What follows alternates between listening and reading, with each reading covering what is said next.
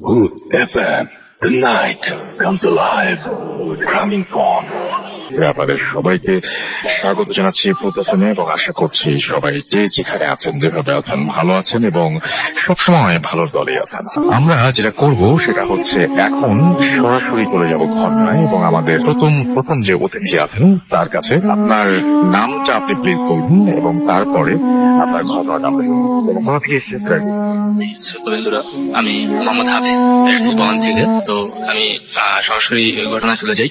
ঘটনাটা 10 বছর পূর্বে একটা ঘটনার দিন রাতে আমাদের বাসায় কেউ ছিল না, শুধুমাত্র আমি এবং আমার বাবা। তো আমি রাতের বেলা রীতিমতো ঘুমাতে যাই এবং আমি একা ঘুমাই। বাসায় কেউ না থাকার কারণে আমি সামনের বারান্দায় শুই এবং আমার বাবা সামনের বারান্দায় শুই। তো রাত্রবেলা হঠাৎ তখন 2টা 3টা 2:30 এরকম সময় হবে, আমার হঠাৎ ঘুম ভেঙে যায়, কোনো কারণ ছাড়াই ঘুম ভেঙে যায়। এবং আমার সাধারণত রাতের বেলা ঘুম ভাঙে না, কিন্তু ওই দিনকার রাতে কি কারণে আমার ঘুম ভাঙে তা আমি বলতে পারবো না। ঘুম ভেঙে যাওয়ার পরে আমি আমার রাতের ডান পাশে আমি দেখতে পাই, যখন আমি আমার ডান সাইডে ফিরি তখন দেখি যে একটা বাচ্চা আমার পাশে ঘুমানো, এবং বাচ্চাটা আমার কাছে মনে হয়েছে যে কিছুক্ষণের মধ্যে অল্প সময়ের ভিতরে জন্মগ্রহণ করছে এরকম একটা বাচ্চা, এবং তার মাথায় কেউ হাত বুলিয়ে দিতেছে। তো এই ঘটনা দেখার পরে আমি আমার বাম পাশে তাকানোর পরে দেখতে পাই যে অনেক লম্বা একটা লোক তার বাচ্চার মাথায় হাত বুলিয়ে দিতেছে। তো এখানে আমি বাচ্চাটা একটু বিবরণ দেই। বাচ্চাটা ছিল একটু শ্যামবর্ণের এবং তার মাথায় ছোট ছোট চুল ছিল, লাল চুল। আপনার হচ্ছে বাচ্চাটার বয়স কিরকম ছিল? বাচ্চাটার বয়স আমার কাছে মনে হয়েছে বাচ্চাটা ওই দিনটা রাত্রেই জন্মগ্রহণ করছে, কিছুক্ষণের মধ্যে, নবজাতক একটা বাচ্চা এরকম একটা, এবং শীতের প্রকোপের হাত থেকে রক্ষা পাওয়ার জন্যই বোধহয় এরকম একটা ঘটনা ঘটছে। তো এখন যখন আমি আমার বাম পাশে তাকাই তখন দেখি যে প্রকাণ্ড একটা মানুষের মতো, লম্বায় হবে 60 থেকে 70 হাতের মতো। আমার কাছে মনে হয়েছে যে আমাদের বাসার উপরের অংশগুলো ওইটা ভেদ করে আকাশের অনেকটা অব্দি তার উচ্চতা চলে গেছে। তো এই ঘটনাটা আমি দেখার পরে আমি আসলে ভয় পাই নাই, ওই দিনকার রাতে আমি ভয় পাই নাই, কিন্তু আমি তার থেকে বেশি অবাক হয়েছি এবং আমি রাগান্বিত হয়েছি অনেক। আমি রেগে গেছি যে আসলে আমি ঘুমানোর সময় তো আমার সাথে কাউকে নেই না, তো এবং আমি একা শুয়েছিলাম, আমার সাথে বাঁচতে আসলো কিভাবে, তাও আমার শরীরের একদম ডান সাইডে একদম ঘেঁষাঘেঁষি করে শোয়া, তার বুকের উপরে কাঁথা ছিল আমার মতো। তো এইটা দেখার পরে আমি প্রচুর পরিমাণে আসলে রেগে যাওয়ার পরে যে ডিসাইড করি যে আমি আসলে এখন অ্যাকশনে যাব। এখন আমি ওই যে ভূতের বাচ্চা বা যাই হোক সেটা, তো ওইটা আমি অনেক শক্তি সহকারে আমি তাকে আঘাত করব বা আক্রমণ করব। এই জিনিসটা আমি যখনই চিন্তা করলাম, আমি আমার মস্তিষ্ক ডিসাইড করলো যে আমি এখন অ্যাকশনে যাব। তো এই চিন্তাটা আমি জাস্ট ভাবছি, এর সাথে সাথে আমার 1 মিলিসেকেন্ডেরও কম সময় সে ওই যে প্রকাণ্ড সাইজের লম্বা যে লোকটা ও রিয়াকশনে চলে আসছে। তার বাম পাটা তুলে জাস্ট আমার কোমরের উপরে রাখছে। যেই মাত্র কোমরের উপরে রাখলো তখন আমার সমস্ত শরীর তখন অবশ হয়ে গেছে। আমি হাত পা নাড়াইতে পারতেছি না, আমি কোনোভাবে কিছু করতে পারতেছি না। তখন আমি এইরকম একটা সিচুয়েশনে আমি তার সাথে ধস্তাধস্তি শুরু করে দিই, এই কারণে যে আমি এইরকম একটা সিচুয়েশন থেকে পরিত্রাণ বের হয়ে আসার জন্য আমি তার সাথে ধস্তাধস্তি শুরু। তো এইরকম চলতেছে। তখন আমি তো ওই সময় আমার আসলে ভূতের ভয় প্রচুর পরিমাণে ছিল, যার কারণে আমি রাতের বেলায় ঘুমানো যাওয়ার আগে আমি আমার বালিশের নিচে রাখতাম। তো ভাই, গ্রামের মানুষ সাধারণত বিশ্বাস করে যে লোহা বা আগুন যদি সাথে থাকে তাহলে হয়তো ভূত বা প্রেত সাথে করতে পারে না। তো এই কারণে আমি ওই বড় একটা দা নিয়ে ঘুমাইতাম। তো তখন আমি চিন্তা করি যে আমি যদি কোনোভাবে দাটা স্পর্শ করতে পারি বা ধরতে পারি তাহলে হয়তো সে আমাকে ছেড়ে দিবে। তো এরকম যখন আমি চিন্তা করি তখন ওই প্রকাণ্ড বড় যে সাইজের যে ইয়াটা ছিল, লোকটা ছিল, সে কি করলো, সে বাম হাতটা দিয়ে আমার বাম হাতের কবজিটা ধরে ফেলে। এবং আমি যেহেতু সোজা হয়ে ঘুমিয়েছিলাম, সোজা হয়ে বুকের উপরে হাত রেখে ঘুমাইছিলাম, তখন আমার মনে হইলো যে আমার বুকের উপরে কেউ 50 থেকে 60 ওজনের কিছু একটা ভারী বস্তু একটা চাপাই দিছে আমার বুকের উপরে।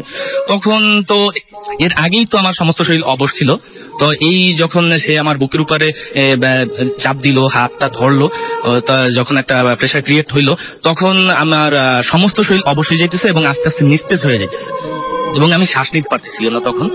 তো এই ঘটনার ভিতরে আমার কাছে মনে হয় নাই যে ওই ভূতটা বা লোকটা আমাকে কোনো প্রকার ক্ষতি করবে বা আঘাত করবে, এরকম মনে হয় নাই। এতক্ষণ যা করছে, আমার কোমরের উপরে পা তুলে দিছে বা আমার হাতটা শক্ত করে ধরছে, এই সবকিছুই ছিল আত্মরক্ষামূলক। আসলে ভাই ওই দিনকার রাত্রে আমি ছিলাম আক্রমণাত্মক, যে আপনি সেখান থেকে বেঁচে আসবেন। থ্যাংক ইউ সো মাচ আপনার ঘটনার জন্য, আপনাকে অনেক ধন্যবাদ। আমরা যেটা করবো সেটা হচ্ছে আমরা পরবর্তীতে একটা ইমেইলে যাব। তো যেভাবে আমাদের ইমেলটি পাঠিয়েছেন সেই ইমেলটি আমি সেভাবেই পড়ছি। লিখেছেন রাসেল ভাই, আসসালামু আলাইকুম, কেমন আছেন? নিশ্চয়ই ভালো। আমি পুলিশে চাকরি করি, তাই ছুটি নিয়ে স্টুডিওতে আসা সম্ভব না, তাই আমার ঘটনা আপনি পড়ে শোনালে খুশি হব। আমার নাম গিয়াসউদ্দিন এবং বাড়ি তার মৌলভীবাজারের কুলাউড়া এবং তিনি ভাটেরা ইউনিয়নের একজন অধিবাসী। এরপরে তিনি তার ফোন নাম্বার দিয়েছেন এবং তারপরে তিনি কিভাবে শোনেন সেই বর্ণনা দিয়েছেন, সেগুলো তো আমরা না যাই, আমরা চলে যাই সরাসরি ঘটনায়। এটা 2016 সালের জুন জুলাই মাসের ঘটনা। আমার থানায় প্রত্নতত্ত্ব বিভাগ থেকে এক পত্র আসলো। সেখানে আমার থানায় প্রাচীন জমিদার বাড়ির কথা উল্লেখ করে ওই বাড়ি সম্পর্কে সকল তথ্য আমাকে এই ব্যাপারে সাহায্য করার কথা বলা হয়। ওইটি রাতে আমি আমার থানার একজন সোর্স, তার নাম সুমন, তাকে ওই বাড়িটি সম্পর্কে জিজ্ঞেস করলাম। সে আমাকে বললো, দেখুন স্যার, আমি ওই বাড়িটার সম্পর্কে এত কিছু জানি না, তবে হ্যাঁ, ওই বাড়িতে না যাওয়াই ভালো, কারণ ওই বাড়ির আশেপাশে প্রায় 2-4 মাইল এলাকায় কোনো জনবসতি নেই এবং বাড়িটি দূরে বাড়ি। আমি বললাম, না না না, এটা আদেশ, ওইসব উদ্যান করলেই পারো, আমি আগামীকাল সকালে আসবো, তুমি বই থাকবে।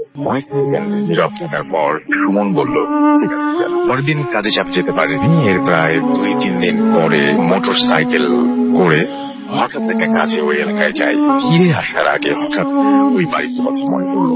সাথে সাথে সুমনকে কল দেই, একটা মোটর বাইক নিয়ে সেও চলে আসে। তারপর দুজনে রওনা হই ওই বাড়ির উদ্দেশ্যে। বেলা প্রায় 1টা।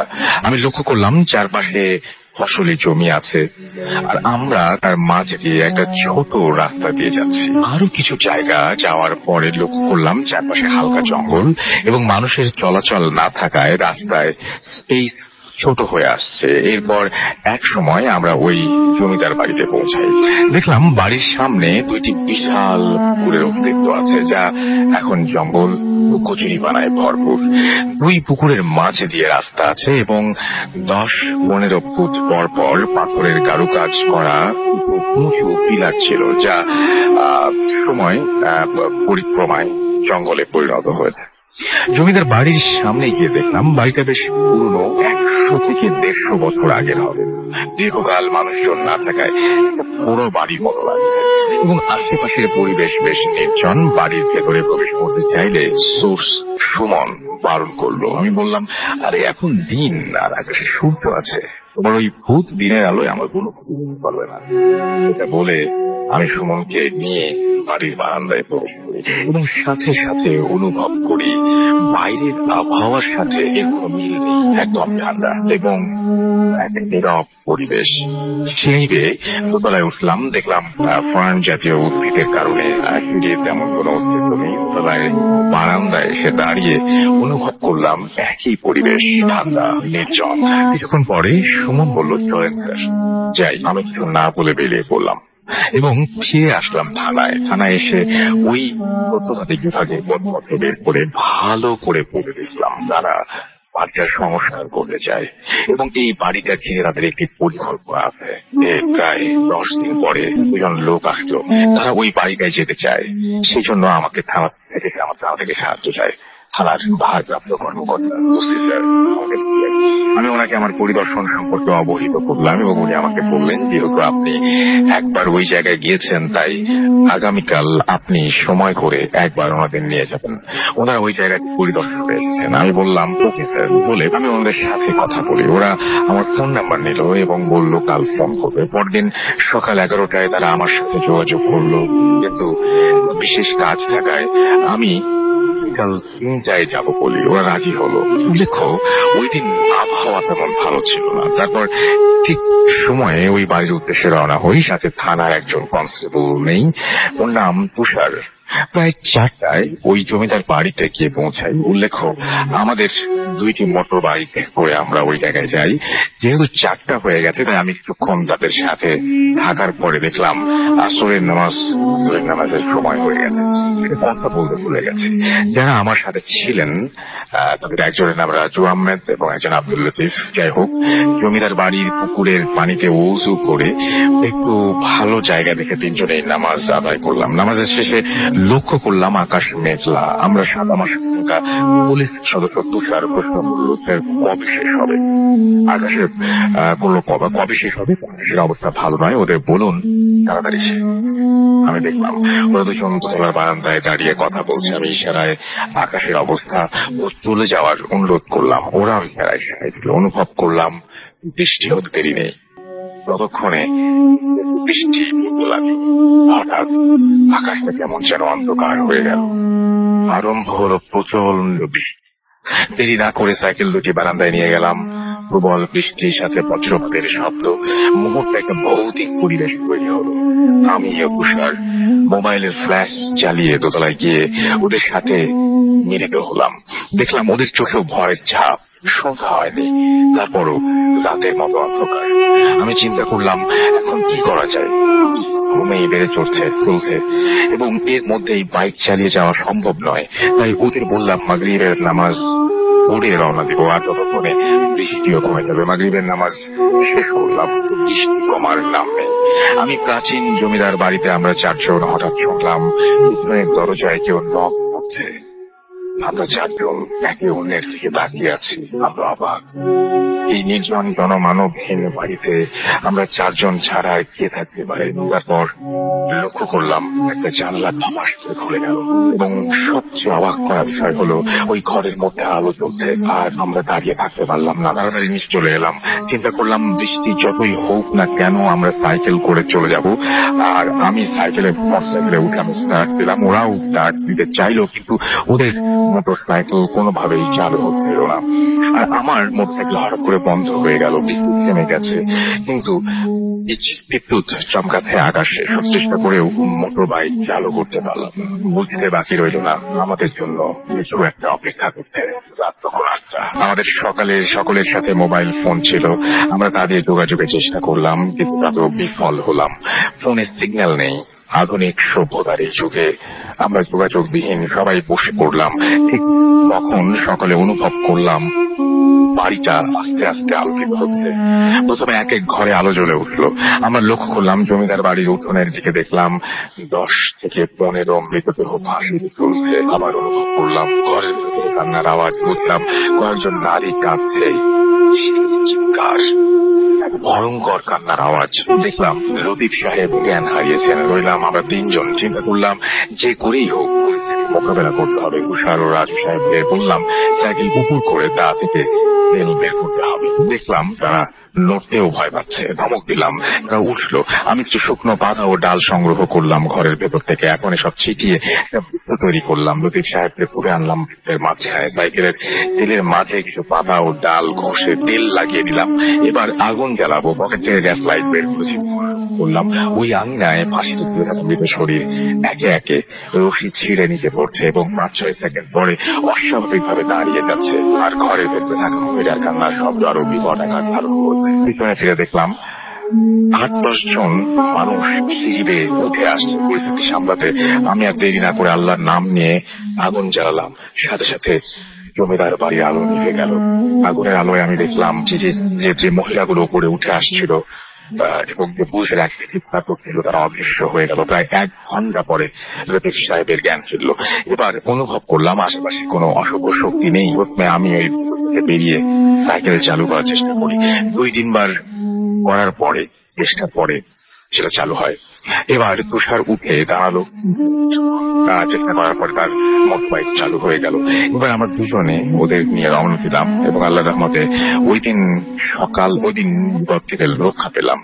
পরে ওই বাড়ির ইতিহাস জানতে পারি, ওটা ছিল এক মুসলিম জমিদার বাড়ি, যারা ইংরেজের ঘনঘট শিকার করতে অস্বীকার করে এবং একসময় ইংরেজরা ওই জমিদার বাড়ি আক্রমণ করে। জমিদার ও তার বাড়ির পুরুষদের ফাঁসির গাছে ফাঁসিতে ঝুলিয়ে হত্যা করে ও বাড়ির মহিলাদের নির্যাতনের পরে ঘরে তালাবদ্ধ করে পুঁতিয়ে মারে। ছিল ঘটনা। এই শুক্রবার আসতে চেয়েছিলাম, তবে ছুটি পাইনি। সময় করে যদি পারি কোনো এক শুক্রবার স্টুডিওতে আসবো। আপনাকে স্টুডিওতে আসার আমন্ত্রণ জানাচ্ছি এবং আশা করছি কখনো না কখনো আপনি ছুটি পাবেন এবং চলে আসবেন। এবং আপনি বলছেন আপনার নাম বললে কোনো সমস্যা নেই, দ্যাটস ওয়াই আপনার নাম আমি আবারও বলছি Giasuddin. Thank you so much. আপনার ঘটনা অনেক চমৎকার ছিল। আশা করছি এরকম ঘটনা আপনার কাছ থেকে আমরা আরো পাবো। আমরা চলে যাব কিছু আমাদের ফেসবুকে, আমরা দেখবো যে কারা আমাদেরকে লিখছেন এবং কারা আমাদের সঙ্গে আছেন। একটু তাদের সাথে আমরা কথা বলবো এবং তাদের কথা আমরা শুনবো, আপনাদের কথা আমরা শুনবো। আপনারা চাইলে আমাকে ইনবক্স করতে পারেন এই মুহূর্তে www.facebook.com/facebook.com/Russell এই দুটো অ্যাড্রেসে যে কোনো একটি, এবং সেখানে যে আপনি বলতে পারেন আজকের ঘটনাগুলো আপনার কেমন লাগছে। যাই হোক, আমরা দেখতে পাচ্ছি যে ফারজানা শোভা তিনি অ্যাপের ছবি আপলোড করেছেন এবং তিনি অ্যাপ দিয়ে শোনেন। যদি অ্যাপ দিয়ে শোনেন তাহলে ডেফিনেটলি আপনি আমাদের নেটওয়ার্কের বাইরে আছেন, রাইট? আমাদের দেশের বাইরে থাকার পসিবিলিটি খুবই হাই। তো আপনি কোন জায়গা থেকে শুনছেন এটা অবশ্যই লিখবেন যারা অ্যাপ দিয়ে শুনছেন। GM রিয়াসাত আমাদের আছেন এবং তিনি এখনো ভয় পাচ্ছেন না, সেটা তিনি লিখেছেন। আমাদের খুলনার একজন গেস্ট আছে, কিছুক্ষণের মধ্যে কথা বলবেন এবং তিনি পরেই তার পরিচয় দেই। এবং তিনি বলছেন যে দ্বিতীয় স্টোরিটা দারুণ ছিল। সরওয়ার জাহান ভুগ গৌরীপুর থেকে আমাদের সাথে আছেন। আমাদের গৌরীপুরের একজন গেস্ট আছে। আমাদের মেজারুল ইসলাম রকি আছেন, তিনি বলছেন অনেক ভালো আছে। অধরা স্নেহা নদী আমাদের বলছেন যে পুরো একটা সপ্তাহ অপেক্ষা করি এই মুহূর্তটার জন্য। স্বাক্ষর আলম আমাদের বলছেন ভাইয়া রুদ্র আর সিয়াম শুনছেন আতর থেকে। এছাড়াও আমাদেরকে দেখতে পাচ্ছি এখানে MH হৃদয় শেরপুর থেকে তিনি শুনছেন এবং তিনি বলছেন আমার খুব ভয় করছে, স্টোরিটা ভালো ছিল। শফিকুল ইসলাম কবির ময়মনসিং থেকে শুনছেন এবং তিয়া কালী থেকে তিনি শুনছেন। জানাত সুমাইয়া রেডিও ফুটি অ্যাপ দিয়ে তিনি শুনছেন এবং তিনি বলছেন যে তার একটু প্রবলেম হচ্ছে। আপনার মাসুমকে জানিয়ে দিলাম। আমাদেরকে দেখতে পাচ্ছি যে MD শাহরিয়ার কবির লিখছেন রাজশাহী বিশ্ববিদ্যালয়ের বিনোদপুর গেট থেকে এবং তিনি ছাদে এই মুহূর্তে শুনছেন আমাদেরকে। SM হাসান আমাদের সাথে আছেন, সবসময় আপনাদের সাথে আছি থাকবো তাই লিখছেন। আমাদের MD জাহিদুল ইসলাম ফাহিম এবং তিনি বলছেন যে তিনি বলছেন যে আমাদের তিনি একটা কথা লিখেছেন যে কথাটা আসলে মিনিংটা আমি বুঝিনি, কারণ এখানে যে ওনটা আছে সেটা বুঝিনি কি বলতেছি। আমরা ফেরদৌস আমাদের সাথে আছেন দেখতে পাচ্ছি। এছাড়াও আরো অনেকেই, যেমন দেখতে পাচ্ছি মেহেদি হাসান রিমন আছেন আমার সাথে, মোহাম্মদ আবরার ফেরদৌস ফাহিমের নাম বলেছে আমি একবার, আমাদের সাথে আছেন দেখতে পাচ্ছি। এছাড়া অনিন্দ অনুপ আমাদের সাথে আছেন, হামদান বিশ্বাস, এছাড়া ফুয়াদ ইসলাম আমাদের সঙ্গে আছেন, নুরুল আহমেদ রুফুল আমাদের সঙ্গে আছেন, আমাদের সাথে আছেন সাইফুল্লাহ শিবলু, এছাড়া শাহরিয়ার কবির আমাদের সাথে আছেন দেখতে পাচ্ছি, আরমান খান তন্ময় সহ আরো অনেকে। আমাদের ভিডিও ফুটি যে পেজটা রয়েছে এই পেজেও অনেকেই আপনারা এই মুহূর্তে আছেন দেখতে পাচ্ছি এবং তাদের মধ্যে আমি দেখতে পাচ্ছি এই মুহূর্তে আছেন মোহাম্মদপুর থেকে অ্যাপ দিয়ে শুনছেন, খুব ভালো লাগছে। আদনান রাসেল আমার সাথে আছেন এবং আছি আমার সাথে হৃদয় খান আছেন। রাসেল ভাই কি বলছেন বুঝতে পারি। MD ইমরান কবির আমাদের সঙ্গে আছেন অনেক রিপন বগুড়া থেকে শুনছেন তিনি। ডিজে খুশরুল আমাদের সঙ্গে আছেন এবং আমাদের সাথে আছেন দেখতে পাচ্ছি সৈকত বিদীপ, আরিয়ান মাহমুদ আমাদের সঙ্গে আছেন, সাবিত ইবনে শাজিন আমাদের সঙ্গে আছেন, মেহেদি আছেন, ইমাদুল ইসলাম আছেন, সামাদ আছেন আমাদের সঙ্গে আছেন, সাইদা সিরিজ, এছাড়া ওয়াহিদ রেজা আমাদের সঙ্গে আছেন। জমিদার বাড়ির ঘটনাটা অনেক প্রশংসা করেছেন। মহেশ আকাশ আছেন, তারিকুল ইসলাম আছেন, আমাদের সাথে আছেন আসিফ মাহমুদ হালিম আমাদের সাথে আছেন দেখতে পাচ্ছি, কিষান রয় এবং তিনি রাত জেগে প্রোগ্রাম করার ধন্যবাদ জানিয়েছেন। খুলনা থেকে অ্যাপ দিয়ে শুনছেন তিনি। চট্টগ্রাম থেকে আমাদের সাথে আছেন সিতাব চৌধুরী, এছাড়াও আমাদের সাথে আছেন শাকিল আহমেদ এবং আমাদের সাথে আছেন দেখতে, এবং তার সঙ্গে আরো অনেকেই আছেন। সিয়াম আছেন, অ্যাস্ট্রো আছেন, তাওহিদ আছেন, রবিন আছেন, তারা সবাই একসাথে শুনছেন। আমাদের সঙ্গে আছেন বেকিবুল ইসলাম, শ্রাবণ সহ আরো অনেকে। তো আপনি যদি থাকতে চান চলে আসুন আমাদের পেজে, জানান আপনার মতামত। আমরা চলে যাওয়ার ছোট্ট বিরতির পরে আবারও ফিরে আসবো। সেই পর্যন্ত আমাদের সঙ্গেই থাকবেন। Stay tuned Radio 50 and don't stop. Wood FM, the night comes alive with Crowning Fawn.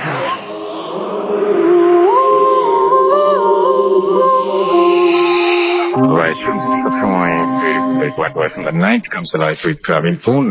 আমি রাসেল আছি সাথে, এবং এই মুহূর্তে আমাদের সঙ্গে একজন অতিথি যোগ দিয়েছেন যার নাম সৌরভ সাহা, যিনি ইন্ডিয়া থেকে আমাদেরকে কল করেছেন। তো আমরা সরাসরি তার সাথে কথা বলবো। হ্যালো, আসসালামু আলাইকুম সৌরভ সাহা, কেমন আছেন? হ্যাঁ, নমস্কার রাসেল ভাই। আমি নমস্কার। জি আমি জি জি। ইন্ডিয়ার মুর্শিদাবাদ থেকে থাকি। মুর্শিদাবাদে কোথায় ছিলেন আপনি? মুর্শিদাবাদের কোথায়? বহরমপুরে থাকি। মুর্শিদাবাদের বহরমপুরে আপনি থাকেন। ওকে, কতদিন ধরে বলতে শুনছেন আপনি? আমি রাসেল ভাই 2 বছর ধরে খুব ভিতরে শুনছি, আমার খুব ভালো লাগে। আমি এবং আমার দাদা সবাই মিলে শুনি আমরা। আচ্ছা, ওকে। তো আপনি আমাকে একটু আগেও বলছিলেন যে আপনার বেশ কিছু স্টোরি আছে, তো সেই স্টোরিগুলো আমরা শুনতে চাই। সেই জন্য আপনি তো জানেন আমাদের অ্যাড্রেস তো জানাই আছে আপনার।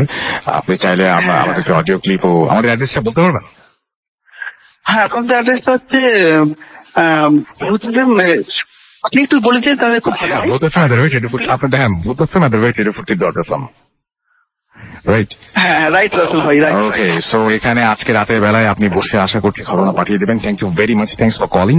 আমরা কথা হবে আবার, আমাদের কথা হবে। জি জি জি, বলুন। বলছি যে আমি পেশায় হচ্ছে সুইমার, একজন ইন্ডিয়াতে থাকি। সুইমার, ওকে। তো আমার বাংলাদেশের অনেক বন্ধু আছে সুইমার, তো তাদের মধ্যে একজন হলো পলাশ চৌধুরী, ঠিক আছে? তো আমি ওর সঙ্গে কথা বলি এবং মৃত্যুর সম্পর্কে অনেক কিছু জানতে পাই, যে খুব সুন্দর ঘটনা। সে আমাকে আরো ভালো মতন বলেছিল। জি জি জি, thank you very much, thank you. কথা হবে আপনার সাথে আবারও। আমরা কথা বলছিলাম এতক্ষণ সৌরভ সাহার সাথে, এবং তিনি ইন্ডিয়া থেকে আমাদের কল করেছেন, এবং তার কাছে বেশ কিছু ঘটনা রয়েছে তিনি বলেছেন। সেই ঘটনাগুলো তিনি আমাদের সাথে শেয়ার করবেন, সেটাও তিনি জানিয়েছেন।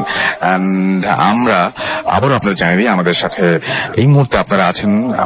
আমি ভূত FM, এবং আমি রাসেল আছি আমার সাথে রয়েছে মাসুম এবং আত্মীয় অতিথিরা। এবং আমরা আপনাদেরকে জানিয়ে দিতে চাই যে আমাদেরকে যদি আপনি ইমেল করতে চান, আমাদের ইমেল অ্যাড্রেস থেকে মনে রাখতে হবে। আমাদের ইমেল অ্যাড্রেস অথবা লিখে নিতে হবে। আমাদের ইমেল অ্যাড্রেস হচ্ছে vootfm@radio40.fm, which is BHWTFM@radio40.fm। আপনার নাম, ঠিকানা এবং ফোন নাম্বার সহ আপনার জীবনে ঘটে যাওয়া বা আপনার জানা সেটা ঘটনা লিখে পাঠিয়ে দিন আমাদের কাছে। এবং ঘটনার শুরুতে অবশ্যই উল্লেখ করুন যে ঘটনাটি আপনি স্টুডিওতে এসে শেয়ার করতে চান, নাকি আপনি চান আপনার ঘটনা আমরা পড়ে শোনা। যারা আমাদেরকে কল করতে চান দেশের বাইরে থেকে, তারা জানাতে পারেন, এবং আপনাদেরকে আমরা ফোনে সরাসরি নিয়ে নেবো। আমরা চলে যাচ্ছি এখন আমাদের ঘটনা। এবং আপনার নামটা প্লিজ বলবেন, তারপরে আপনি বলুন যে আপনি কোথা থেকে এসেছেন। আসসালামু আলাইকুম, আমি জান্নাত আরা টিমা, আমি খুলনা থেকে এসেছি, খুলনার টুটপাড়া নামক জায়গা।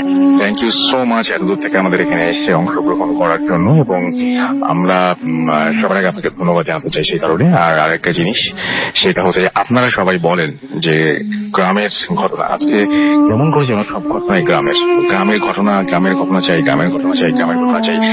এইটা অনেকবার শুনতে হয়েছে। তো আজকের যে সমস্ত ঘটনা শুনবেন, মানে মোস্ট অফ দ্য স্টোরিজ হচ্ছে গ্রামে খুব বেশি রকমের প্রচলিত। সো সেরকম একটা ঘটনা আমরা শুনবো আমাদের জানাতে। আচ্ছা, আমার ঘটনাটা হচ্ছে খুলনার ফুলতলা উপজেলার একটা গ্রামের ঘটনা। গ্রামের নাম আমি উল্লেখ করছি না। ঘটনাটা আমার ফুপির কাছ থেকে শোনা। আমার ফুপি শ্বশুরবাড়ি এখানে। তো ঘটনাটা হচ্ছে ওই গ্রামটা অনেক মানে গাছপালা দিয়ে ঢাকা, মানে আসলে গ্রামে মানে প্রচুর একটু জঙ্গল টাইপের। বেশ দিনের বেলাও ঝিঝি পোকার ডাক শোনা যায়, বিভিন্ন পাখির আওয়াজ আসে। আর রাতে তো কথাই নেই, রাতে আরো বেশ ভয়ঙ্কর লাগে। তো ঘটনাটা হচ্ছে, আর ওই গ্রামের কাহিনী হচ্ছে কি, মোস্ট অফ দ্য বাড়িতেই হচ্ছে বাড়ির মধ্যেই একটা পুকুর থাকে, পুকুরের পাশে জঙ্গল থাকে, এবং বাড়ির যেসব লোকজন সাধারণত মারা যায় তাদের ওই বাড়ির মধ্যেই জঙ্গলে বা পুকুরের আশেপাশেই কবর দেওয়া হয়। মানে তার মানে ওই যে প্রত্যেকটা বাড়িতে একটা জঙ্গল থাকে, এবং তা মানে সেখানেই তাদের পরিবারের সদস্যদের কবর দেওয়া হয়। হ্যাঁ, পারিবারিক এরকম। তো দেখতে গেলে যে রাস্তার দুই পাশ দিয়েই আপনি যেদিকেই যাবেন, রাস্তার দুই পাশ দিয়েই হচ্ছে বাড়ি আছে এবং প্রত্যেকটা বাড়িতেই এরকম কিছু দূর পরপরই জঙ্গলের মধ্যে অনেক কবর আছে। তা ঘটনাটা হচ্ছে যে একটা বেশ 10-12 বছর আগের একটা ঘটনা। একটা ছেলে সুইসাইড করার পরে তাদের বাড়িতে এরকম পুকুর পাশেই তাকে কবর দেওয়া হয়। তো কবর দেওয়ার পর থেকে তাদের বাড়িতে ছোটখাটো এরকম অনেক ঘটনা ঘটে যে দেখা যায় প্রায় দিন দেখা যায় যে রাতে যেহেতু সুইসাইড করেছিল একটা ছেলে, কিন্তু রাতের বেলা একটা মেয়ের কণ্ঠে এসে তাদের বাড়ির বিভিন্ন সদস্যদের নাম ধরে ডাকা হয়। এবং সাধারণত আমরা জানি যে গ্রামের টয়লেট গুলো একটু বাইরে আর দূরে হয়, তো একটু রাত হলে টয়লেটে সবাই তো একা একা যায় না, এরকম ডাকে, বিভিন্ন জনের নাম ধরে এসে ডাকে যে আমি একটু টয়লেটে যাবো, আমার ভয় করছে, আমার সঙ্গে একটু আসতো। যদি কখনো বের হওয়ার পরে আর কাউকে দেখা যায় না। এরকম টুকিটাকি ঘটনায় ওই বাড়ির সদস্যরা অভ্যস্ত হয়ে যায়।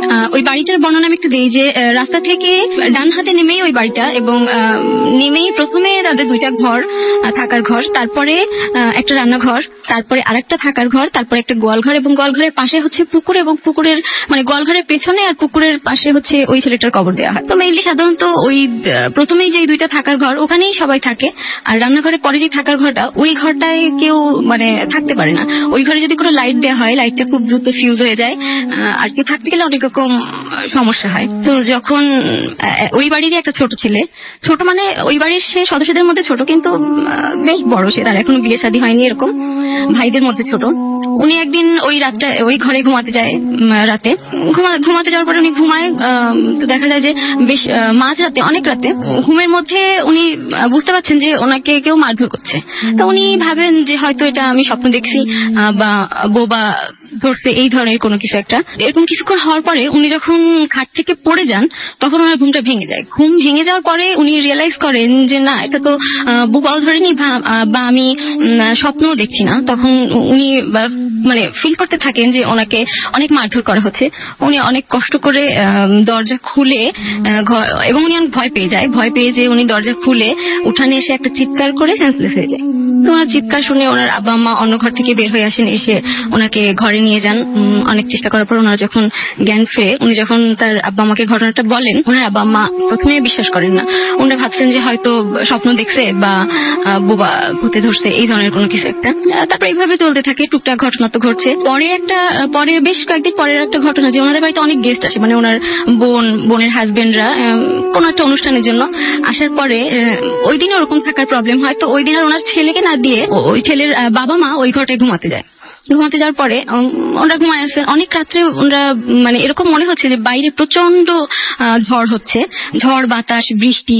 এবং আমি একটা কথা মিস করে গেছি যে ওই গ্রামের অধিকাংশ ঘর হচ্ছে মাটির দেয়াল, এবং চালটা হচ্ছে ইটের টালির চাল। তো মাটির দেয়ালের ঘরগুলাই হয় কি যে যখন ঝড় বৃষ্টি দুইটাই একসঙ্গে হয়, অনেকক্ষণ ধরে ঝড় বৃষ্টি হলে বৃষ্টিতে দেয়ালগুলা ভিজে নরম হয়ে যায়, আর বাতাসে তখন ভেঙে পড়ার অনেক সম্ভাবনা থাকে। এমন একটা পর্যায়ে ওনারা ঘরের মধ্যে বসে ওই হাজবেন্ড ওয়াইফ মানে এরকম একটা ওনারা বুঝতে পারছেন যে এখনই হয়তো ঘরটা ওনাদের উপর ভেঙে পড়বে। তো ওনারা স্বভাবতই একটু ভয় পেয়ে যান, এবং ভয় পেয়ে ওনারা দরজা খুলে বাইরে বের হয়ে আসেন। যখন বাইরে বের হয়ে আসেন, ওরা অবাক হয়ে যান যে বাইরের আবহাওয়ার সাথে ওনারা ঘরে যেটা ফিল করছেন টোটালি ডিফারেন্ট। যে বাইরে কোনো কিছুই নেই, স্বাভাবিক পরিবেশ, না মেঘ না ঝড় বাতাস, কোনো কিছুই না। কিন্তু ওনারা ঘরের মধ্যে থেকে এরকমই ফিল করছিলেন যে বাইরে একদম ঝড় বৃষ্টি হয়ে সব দুমড়ে মুচড়ে গেছে, একেবারে এরকম একটা অবস্থা। তো তারপরে ওনারা আবার ঘরে যেয়ে দরজা বন্ধ না করে এবার দুজনে শুয়ে এখন চিন্তা করতে থাকেন ওনাদের ছেলে তাহলে যে ঘটনাটা বলছিল ওইটা হয়তো বা মিথ্যা বা অন্য কোনো কিছু না, হয়তো সে এরকমই কোনো কিছু ফিল করছে, তার সঙ্গে এরকমই কোনো একটা ঘটনা ঘটছে।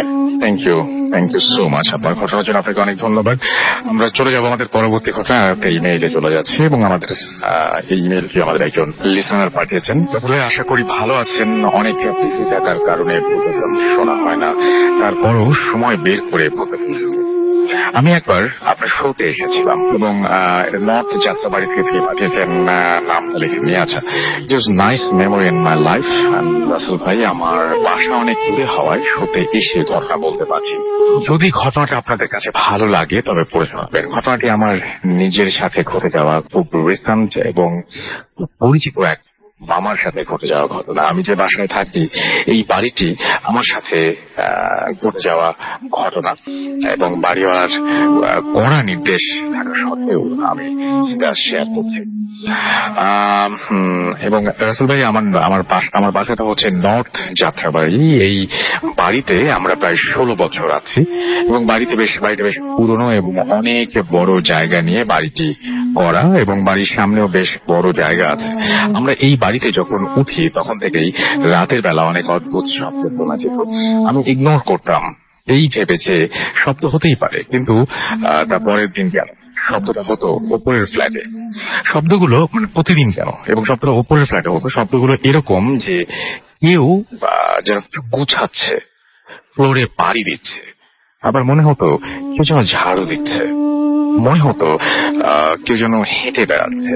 আমি একদিন বিরক্ত হয়ে খোঁজ নিলাম ওপরের ফ্ল্যাটে, কিন্তু অবাক হলাম এই শুনে যে এই ফ্ল্যাটে যারা থাকে তারা ঠিক সেম শব্দ পায়। উনি বললেন এরকম শব্দ উনি প্রতিদিন, যা কিনা তাদের সাথে হয়ে থাকে, একই ঘটনা হয়ে থাকে তাদের সাথে। 4 তলার ওপরে আর কোনো ফ্ল্যাট নেই। 4 তলায় কেয়ারটেকারের পাশের ফ্ল্যাটে যারা থাকেন তারা সবচেয়ে বেশি অনেক কিছুই তারা দেখছেন, কিন্তু তারা বিশ্বাস করতে পারছেন না আদতেই এইগুলো সম্ভব কিনা। 4 তলায় মহিলা ও তার হাজব্যান্ড এবং তাদের 2 ছেলে তারা থাকতো, এবং তাদের ছোট একটি কাজের মেয়ে ছিল। মেয়েটা এই বাসায় আসার পর থেকেই অদ্ভুত আচরণ করতে শুরু করে, কিন্তু বাসার লোকজন ব্যাপারটা নিয়ে চিন্তিত ছিল না। একদিন রাতে আন্টি দেখতে পায় একটি ছোট মেয়ে বারান্দার দরজা এসে দাঁড়িয়ে আছে। অন্ধকারে বোঝা যাচ্ছিল না মেয়েটাকে। মেয়েটার পুরো মেয়েটাও কোনো সারা শব্দ দিচ্ছে না। মেয়েটা আস্তে করে বারান্দার কোনায় গিয়ে দাঁড়িয়ে থাকে। আন্টি রুমের লাইট জ্বালেই বারান্দায় গেলেন, এবং কিন্তু কেউ ছিল না সেখানে। দেখার ভুল ভেবে আন্টি ব্যাপারটা মাথায় নিলেন না। এরপরও অনেকবার একই জিনিস দেখেছেন তিনি। একটা সময় তারা বাসাটা ছেড়ে দেন। একদিন আমি বাসা ছেড়ে দেওয়ার উপরে বাসার ছেড়ে দেয়া উপরে উঠেছি। আমি বুঝিনি কথাটার মানে। আমার মনে হয় যে জায়গাটা ছেড়ে গেছেন সেই জায়গা থেকে, এবং তিনি বলতে সিক্রেট দেখলাম একজন দাঁড়িয়ে আছেন, এবং মুখে দাড়ি, ফর্সা চেহারা, এবং পরনে ব্ল্যাক কালারের জুব্বা, হাতে তসবি। আমি হঠাৎ দেখেই আটকে উঠি। পরে ওনাকে সালাম দেই। উনি সালামের উত্তর দিলেন এবং আমাকে আমাদের তাকিয়ে থেকে তারপর আমাকে বললেন ওর নাম হাসান। এরপর আমি কিছুটা ভয় পেয়ে যাই, কিন্তু আমার 3 তলায় যে থাকেন বড় ভাই, দেখলাম উনি নামছেন না। বড় ভাই আমাকে বললেন ওনার বাসায় বেড়াতে আসছেন আমেরিকা থেকে, এবং সম্পর্ক মামা হন। দেখে মনে হচ্ছিল অনেক পরহেজগার মানুষ এবং অনেক কিছু জানেন। রাতের বেলা 3 তলার বড় ভাই আমাকে ডাক দিলেন, বললেন ওনার বাসায় আসার জন্য। আমি গেলাম, দেখলাম ভাইয়ের মামা এক রুমে মোমবাতি জ্বালিয়ে বই পড়ছেন। আমি ভাইকে জিজ্ঞেস করলাম, ভাই ওই রুমে কারেন্ট নাই, আপনার মামা মোমবাতি জ্বালিয়ে বই পড়ছেন। ভাইয়া বললেন মামা কাজ করছেন মোমবাতি জ্বালিয়ে। বললাম কেমন কাজ ভাইয়া? মোমবাতি জ্বালিয়ে করছেন। কিছুক্ষণ পর মামা আসলেন। আমি আর ভাইয়া ড্রয়িং রুমে বসেছিলাম, এবং মামা আমাকে দেখে আগে সালাম দিলেন। তারপর ভাইকে বললেন যে এই বাড়িতে খারাপ কিছু নেই, তবে যা আছে তা কারো ক্ষতি করবে না। মামা যা বললেন আমি তাতে ভয় পেয়ে যাই। প্রায় প্রত্যেক বাড়িতেই নাকি থাকে। মামা আরো বললেন যে যারা আত্মহত্যা করে তাদের আত্মা এরকম ভয় ঘোরাফেরা করে, আর এরা পৃথিবীতেই ঘোরাফেরা করে, এবং বাড়ির ছাদ এগুলোতে তারা বেশিরভাগ সময় আশ্রয় নেয়। আবার এই আত্মাগুলো নাকি মানুষকে খারাপ কাজে ব্যবহার করে, যাকে মানুষ খারাপ কাজে আত্মাগুলোকে ব্যবহার করে, যাকে ব্ল্যাক ম্যাজিক বলে। এরপর মামা তার একটা অভিজ্ঞতার কথা বললেন, যেটা ঘটেছিল আমেরিকায়। আমি বিশ্বাস করতে পারিনি যে এরকমও হয়ে থাকতে পারে। মামা যে শহরে থাকতেন আবাসিক এলাকা ছিল, এবং মামা যে বাড়িতে থাকতেন সে বাড়িতে হাজব্যান্ড ওয়াইফ থাকতেন। এই 2 জনের কথা খুব কম, এরা এই 2 জন কথা খুব কম বলতো। মামা বুঝতে পারছিলেন যে প্রবলেম আছে এই 2 জনের, এবং তারা কেন কথা বলতে চান না কোনো ব্যাপারে, বা কথা কম বলেন কেন। কথা বলার আগ্রহ না দেয় দেখে মামা আগ বাড়িয়ে সাথে কথা বলতেন, তবে মামা খেয়াল করতেন তাদের কাজকর্ম এই সমস্ত কিছু, এবং ওই বাসায় আরো কেউ আসতো না। ওদের বাড়ির সামনে লেটার বক্সে লেটার এসে পড়ে থাকতো, গভীর রাতে মামার ঘুম ভেঙেছে। মামার ড্রয়িং রুমে আসেন এবং জানালা দিয়ে স্পষ্ট দেখতে পান পাশের বাড়ির সামনে থেকে সেই জিনিসগুলো, যেমন চেয়ার টেবিল ভাসছে, বাড়ির ভেতরে সব জিনিসপত্রগুলো ভাসছে। এবং সবচাইতে অবাক করা ব্যাপার হলো যে লেটার বক্সে যে লেটার চিঠিগুলো ছিল সেগুলো বাড়ির দরজার সামনে ভাসছিল বা ভেসে ভেসে যাচ্ছিল, আর প্রচন্ড জোরে বাতাস বইতে শুরু করছিল। ওই সময় মামা বিশ্বাস করতে পারছিলেন না এবং মামা আস্তেই করে রুমে চলে গেলেন। এবং পরদিন সকালে মামা খবরে দেখলেন যে কোথাও ঝড়ের কোনো নিউজ নেই। এবং তাহলে গতকাল রাতে কি ঘটছিল? ওখানে তো ঝড় বয়ে গিয়েছিল, মামা এরকম দেখেছিলেন। এবং মামা ডিসাইড করে লেটার বক্সের চিঠিগুলো এবং চিঠিগুলোর কাজ না এবং চিঠিগুলো কেনই বা এগুলো মানে পড়ে আছে তা দেখলেন, যা একদমই ভুল ডিসিশন ছিল। মামা বের হলেন এবং ওই বাড়ির সামনে থেকে চিঠির বাক্সের সামনে গেলেন এবং দেখলেন যে সবগুলো চিঠি বক্সে রয়েছে। মনে হয় না যে বক্সটা কাল রাতে কেউ খুলেছে বা সেই চিঠিগুলো সে সরে গেছে, এরকম কোনো কিছু মনে হয়নি। মামা একটু ভয় পাচ্ছিলেন, কিন্তু তারপরও মামা চিঠিগুলো নিলেন এবং চিঠিগুলো থেকে একটি খাম হাতে নিলেন এবং খামটা খুলে দেখলেন যে ভেতরে চিঠি লেখা নেই। আজব ব্যাপার, খালি একটা পেজ। খালি পেজ কেন? পরেরটা একই অবস্থা। তারপরেরটা খুলে দেখলেন 3 লাইনের কিছু একটা লেখা, কোন ভাষায় লেখা আছে তিনি বুঝলেন না। মামা একবার চিন্তা করলেন যে চিঠিগুলো ঘরে নিয়ে যাবেন এবং তারপরে তিনি দেখলেন। পরে মোবাইলে ছবি তুলে নিলেন চিঠিগুলো এবং চিঠিগুলো খামে পড়ে লেটার বক্সে রেখে যখনই তিনি মুভ করবেন ঠিক তখনই তার চোখ পড়ে ওই বাড়ি। দেখছেন হাজব্যান্ড ওয়াইফ দুজনেই জানালা দিয়ে থেকে দেখছে। মামা অনেকটা ভয় পেয়েছেন। মামা ঘরে চলে আসেন। মামা আরো ভয় পেলেন। ওই হাজব্যান্ড ওয়াইফ ঠিক তখনও জানালা দিয়ে তাকিয়েছিল। অর্থাৎ তারা জানালা দিয়ে এক দৃষ্টি তাকিয়ে মামাকে দেখছেন। মামা কিছু না বলে তার রুম চলে যান। বিকেল বেলা মামা কাজে বের হন। কাজ শেষ করে বাড়ি ফিরে এসেছেন এবং গাড়িতে নিজেই ড্রাইভ করছিলেন। গাড়ির ভেতরে এসি থাকা সত্ত্বেও মামার গরম লাগছিল। কেন গরম লাগছে গাড়ি ড্রাইভ করার সময় তিনি খেয়াল করলেন জোরে বাতাস হচ্ছে। মামা এসি অফ করে গাড়ির জানালা খুলে দেন, কিন্তু এত বাতাস মামার শরীরে লাগছিল না। হঠাৎ গাড়ির লুকিং গ্লাস তাকাতে দেখলেন গাড়ির পেছনের সিটে সে হাজব্যান্ড ওয়াইফ বসে আছেন। মামা এতটাই ভয় পেয়ে যান, গাড়ি রাস্তার মাঝখানেই হার্ট ব্রেক করলেন এবং গাড়ি থেকে রাস্তার মাঝখানে তিনি বের হয়ে যান। এবং রাস্তায় পুলিশ ছিল। পুলিশ মামার গাড়ির সামনে আসে। কোনো প্রবলেম হয়েছে কিনা জিজ্ঞেস করলে মামা বললেন না। মামাকে ঘাবড়াতে দেখে পুলিশ সন্দেহ করে বসে এবং গাড়ি চেক করে এবং মামাকে যেতে বলে।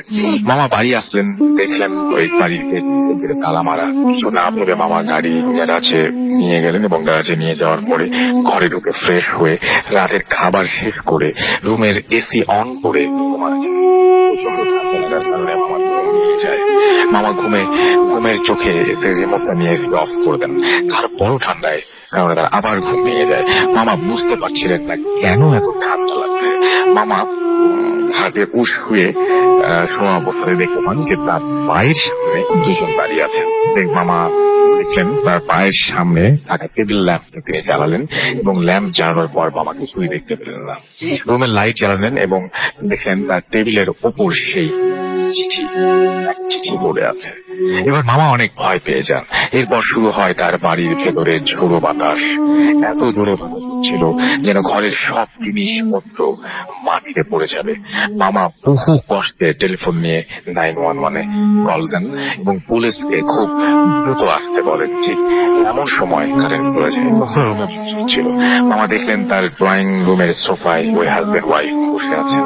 এবার মামা নিজেকে আর ধরে রাখতে পারলেন না। মামা জ্ঞান হারিয়ে ফেলেন। পুলিশ এসে দরজা ভেঙে মামাকে অজ্ঞান অবস্থায় হসপিটালে নিয়ে যায়। জ্ঞান ফেরার পর মামা প্রথমেই অভিযোগ করেন পুলিশ আসতে এত দেরি করলো কেন। কিন্তু অবাক করা বিষয় হচ্ছে মামা পুলিশকে কল দেওয়ার 2 মিনিটের মাথায় পুলিশ চলে এসেছিল। মামার বাসার গেট অনেকক্ষণ নক করে প্রায় 10 মিনিট অতিক্রম করার পর পুলিশ বাধ্য হয়ে গেট ভেঙে ভেতরে ঢোকে এবং মামাকে ফ্লোরে পড়ে থাকতে দেখে। মামা পুলিশকে সব ঘটনা তুলে বলেন। পুলিশ খোঁজ নিয়ে দেখেন যে মামার পাশের বাড়িতে 10 থেকে 15 বছর ধরে তালা মারা এবং তালা মারা অবস্থায় পড়েছে এবং লেটার বক্সে কোনো চিঠি নেই। এরকম নিউজ পুলিশ অনেকবার পেয়েছিল। তবে এবার পুলিশ মামাকে ওই বাড়িটি ছাড়তে বলেন। মামা পুলিশের সহায়তায় বাড়ি থেকে মালপত্র পিক আপ ভ্যানে ওঠান এবং যাওয়ার সময় মামা গাড়ির জানালা দিয়ে ওই বাড়িটার দিকে তাকান এবং দেখেন সেই হাজব্যান্ড ওয়াইফ বাড়ির জানালার সামনে দাঁড়িয়ে আছে। আমার কাছ থেকে এই ঘটনা শুনে আমি বিশ্বাস করলাম না। মামা আরো বলেন যে মোবাইলে দেয়া ছবি যে সমস্ত ছবি তুলেছিলেন ওই মোবাইলকে ওই দিনের পর তিনি আর খুঁজে পান। এর কয়েকদিন পর মামা আমেরিকা চলে যান। মামা বলে গেছেন যে নেক্সট টাইম বাংলাদেশে আসলে শোতে তিনি আসবেন। আর আমরা যে বাড়ি থাকি ওই বাড়ির অদ্ভুত শব্দ এখন শুনেই যাচ্ছি, আজও শুনছি। আমরা পাশের ফ্ল্যাটের ছোট ভাইকে ভাই একদিন আমাকে বললো যে ভাই কাল রাতে আমি সম্ভবত আমি শব্দ পেয়েছি, কে যেন নুপুর পরে বাড়ির নিচে হাঁটাহাঁটি করছিল। আমি বিশ্বাস করিনি। তারপরে আমি একদিন রাতে বারান্দায় যাই সিগারেট খাবার জন্য। আমার একদম স্পষ্ট আমি শুনেছি এবং একদম নুপুর পরে হাঁটাহাঁটি করছে স্বপ্ন বারবার শব্দ বাসায় অহরহই শোনা যায়। তো এটাই ছিল ঘটনা এবং এই ঘটনাটি দিতে পারছেন। Thank you very much for your story. আমরা ব্রেকে যাবো। ব্রেকের পরে তারপরে আমরা ফিরে আসবো আমাদের নেক্সট স্টোরিজ নিয়ে এবং আপনারা কি রেখেছেন সেটাও দেখবো তখন। সেই পর্যন্ত আমাদের সঙ্গেই থাকুন। Stay tuned two radio 40 and don't stop. Good FM. The night comes alive with Crown Corn.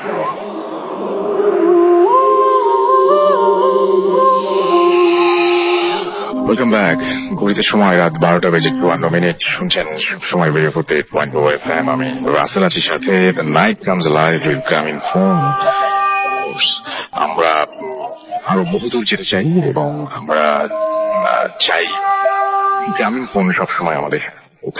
এখন যেটা করবো সেটা হচ্ছে কিছু ঘটনা পড়ে আসবো। ঘটনা আমরা আপনারা যা লিখেছেন সেই সমস্ত কমেন্ট পড়ে আসবো।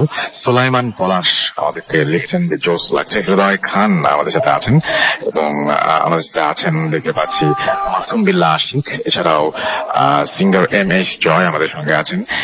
এবং একটা ছবি আপলোড করেছেন MJ অথই আমাদের সঙ্গে আছেন এবং খুলনা নোয়াপাড়া থেকে তিনি আছেন আমাদের সঙ্গে এবং তার ছোট ভাই সঙ্গে আছেন। শুনছেন তারা অফুরন্ত সুমন আমাদের সাথে আছেন এবং তিনি শুনছেন।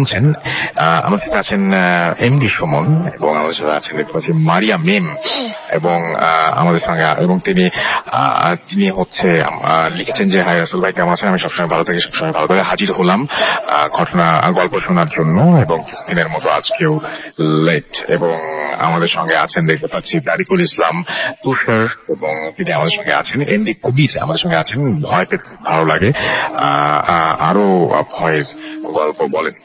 আমাদের সাথে আছেন দেখতে পাচ্ছি আমার সাথে বলতে হচ্ছে ব্রাইটনেস দীপ্ত আমাদের সঙ্গে আছেন। আমাদের সঙ্গে ময়মনসিংহ থেকে তিনি আছেন। এছাড়াও আমাদের সঙ্গে আছেন দেখতে পাচ্ছি পাপিয়া পিউ, তিনি বলতে গা শিউরে উঠছে। SM সুমন্ত মিত্র আমাদের সঙ্গে আছেন। আমাদের সঙ্গে আছেন শাহরিয়ার রবিন। আমি একটু আগে যে ঘটনাটা বলছিলাম, আমার হচ্ছে এই একটু আগের ঘটনার সবচেয়ে অদ্ভুত পার্টটা হচ্ছে হাজবেন্ড ওয়াইফ। যে হাজবেন্ড ওয়াইফকে ওয়াইফের কোনো অস্তিত্ব নেই, সে হাজবেন্ড ওয়াইফকেই আবিষ্কার করে একজন বাসায় সামনে যে অ্যাপার্টমেন্ট সেখানে। এবং সেই হাজবেন্ড ওয়াইফ তাদের যখন কাজকর্ম বা তাদের লেটার বক্স থেকে যখন চিঠিগুলো সম্পর্কে জানতে চায় তখন সেই হাজবেন্ড ওয়াইফের সে লুকটা আপনি চিন্তা করুন। তারপরে যখন ঘরের মধ্যে তাদের অবস্থান বুঝতে পারে যে খাটের সামনে তারা দাঁড়িয়ে আছে পায়ের কাছে, তখন তারা কিভাবে তাকিয়েছিল চিন্তা করুন। এবং যখন সোফায় বসছিল তখন তারা কিভাবে তাকিয়েছিল চিন্তা করুন। এবং এই চিন্তা করার একটা শক্তি, এটাও একটা ব্যাপার আছে আসলে। মানে আপনি যদি চিন্তা করতে না পারেন তাহলে কিন্তু ব্যাপারটা নর্মাল মনে হবে আপনার কাছে, খুব স্বাভাবিক নর্মাল মনে হওয়া, যদি আপনি চিন্তা না করেন। আর আপনি যদি জিনিস অনুভব করতে পারেন তাহলে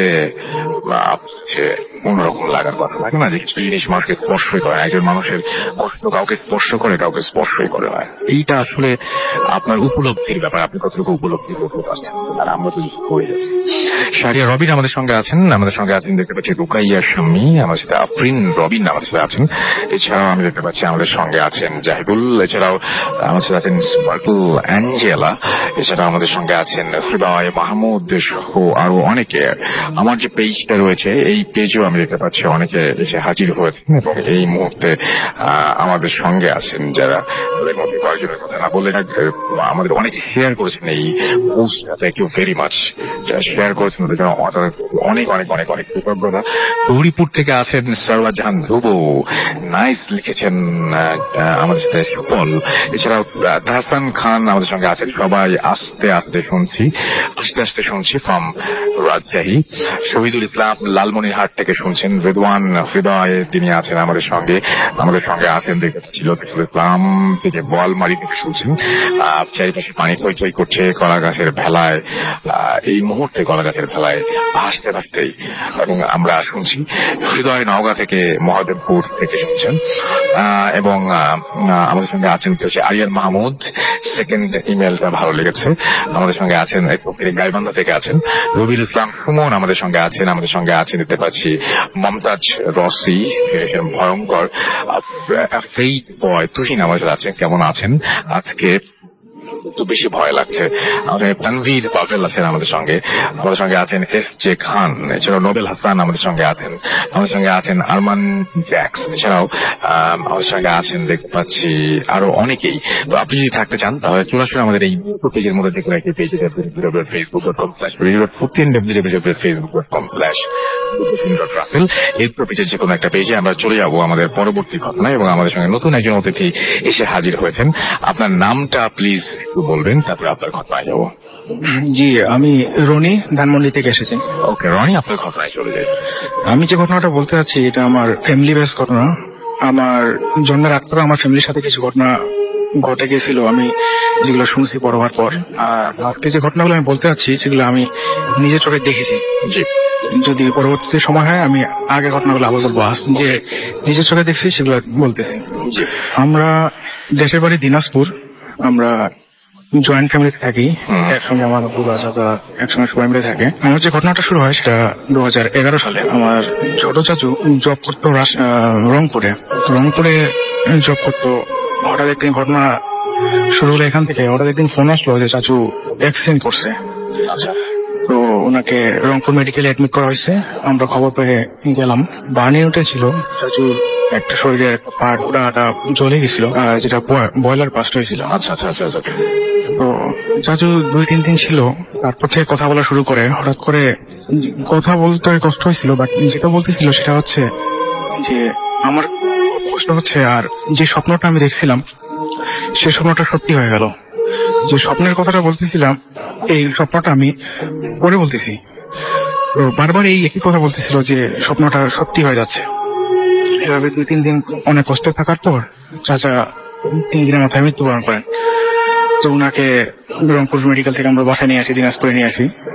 তো যেদিন খবর দিই সেদিন প্রচন্ড বৃষ্টি হচ্ছিল। বৃষ্টির মধ্যে আমরা খবর দাফন কাফন সব কমপ্লিট করার পর সন্ধ্যা হয়ে গেল। তো রাসেল ভাই, গ্রামাঞ্চলে একটা নিয়ম আছে, আপনাকে বলে রাখি, যে জায়গায় লাশকে ধৌত করার পর ধোয়ার পর রাখা হয় সেই জায়গায় সন্ধ্যাবেলা কিছু জ্বালানো হয়, যেমন মোমবাতি বা বিভিন্ন ধরনের অন্য কিছু। তো সেরকমই খবর দেওয়ার পর সন্ধ্যাবেলা আমি ওই আঙ্গিনার মধ্যে যেখানে চাচাকে গোসল করার পর রাখা হয়েছিল মোমবাতি জ্বালাতে যাব। এই সময় হঠাৎ করে আমার মনে হলো যে নিচ থেকে মাটিটা উপরে উঠে আসতেছে, লাইক ভূমিকম্প হলে যেরকম হয়। আমি ভয় পাইলাম, ভাবলাম যে আমি আমার একার সাথে এটা হচ্ছে নাকি সবার সঙ্গে ফিল করতেছে। দেখলাম যে বাড়ির ভিতর থেকে, রুমের ভিতর থেকে সবাই বেরোয় আসতেছে, বলছে যে বেরো ভূমিকম্প। তো সবাই সচরাচর ভূমিকম্প 2-1 সেকেন্ড থাকার পর সবাই স্বাভাবিক হলো। পরের দিনের ঘটনা, আমি বন্ধুদের সঙ্গে কথায় উঠলো যে তো চাচু তোমার আগে ছিল। হ্যাঁ, আমি কথা বললাম যে হ্যাঁ, তারপর আবার ভূমিকম্প হয়েছিল। তো ওরা বললো কই না তো, কালকে তো ভূমিকম্প হয়নি। তো এই ব্যাপারটা নিয়ে আমি একটু চিন্তায় পড়লাম। বাসায় এসে বললাম যে এরকম। বাসায় ব্যাপারটা আমার কথা শোনার পর সবাই ইগনোর করলো, যে বাদ দে, ব্যাপার না, এগুলা বলতে হয় না, তুই অন্য জায়গায় মনোযোগ দে। সবাই আমাকে কোনো কিছু বলতেছিল না। তারপর একটা স্বপ্নের কথা চাচাকে জানিয়ে বললাম। আমি বললাম যে চাচু কোন স্বপ্নের কথা বলতেছে, আমাকে এটাও বলে না, সো ইগনোর করতে বলে। এভাবে 2011 সালে চাচার মৃত্যুর পর সবকিছু স্বাভাবিক। 2012 সালের ঘটনা, আমার দাদি অসুস্থ হলো, দাদিকে মেডিকেলে ভর্তি করানো হলো। দাদি সেই চাচার মতো একটি অবস্থা, হসপিটালে ভর্তি হওয়ার পর বলে যে স্বপ্নটা সত্যি হয়ে যাচ্ছে, স্বপ্নটা খুবই ভয়ঙ্কর, খুব ভয় লাগে আমার, স্বপ্নটা সত্যি হয়ে যাচ্ছে, তোদের সাথে যেন এমন না হয়। স্বপ্নটা কখনো আমি জানি না ব্যাপারটা কি। তো এইভাবে দাদি 2 দিন থাকলো হসপিটালে, ডক্টররা ধরতে পারে না কি সমস্যা, কি অসুখ, সবকিছু এক্সরে ইসিজি করে সবই ওকে, বাট ডে বাই ডে দাদির খুব অবস্থা খারাপ হয়। 3 দিনের পরে এইভাবে দাদিও মারা যায়। তো মারা যাওয়ার আগেও দাদি একই কথা বলতেছিল যে স্বপ্নটা সত্যি হচ্ছে, তোরা সাবধানে থাকে। তো মারা যখন গেল কাকতালীয় ভাবে ঘটনাটা, বা জানি না কিভাবে কি, ওই চাচা মারা যাওয়ার দিনের মতোই অবস্থা, বৃষ্টি হচ্ছে সারাদিন, সন্ধ্যার পর থেকে বৃষ্টি। আর ভাগ্যক্রমে আমি আবার মোমবাতি জ্বালাতে গেছি যে জায়গায় গোসলের পর দাদিকে রাখা হয়েছিল, এবং কি মোমবাতি জ্বালানোর পর হঠাৎ ওই একই রকম অনুভূতি, মনে হচ্ছে যে মাটিটা উপরে আসতেছে, ভূমিকম্প হচ্ছে। ঘটনাটা আমার কাছে মনে হচ্ছে এই ঘটনাটা এর আগেও ঘটছে, আমি ভয়ও পাচ্ছি, আবার কি হচ্ছে না হচ্ছে সবকিছু মনে হচ্ছে এর আগে এই ঘটনাটা সেম ঘটছে, আমি কিছুই বুঝতেছিলাম না। আবার হঠাৎ করে আবার শুনলাম যে ভূমিকম্প ভূমিকম্প, ঠিক আগের বারের মতো, কি হচ্ছে না হচ্ছে আমি কিছু বুঝতে পারলাম না। পরের দিনের ঘটনা আবার আমি কথায় কথায় শুনলাম যে না, গতকালকে তো কোনো ভূমিকম্প হয় নাই। ঘটনাটা আমি আবারও ভয় পাইলাম। আমি এবার আমার ফ্যামিলিকে ব্যাপারটা জানতে চাইলাম যে ব্যাপারটা কি, কেন হচ্ছে, কেন, হোয়াই, রিজন।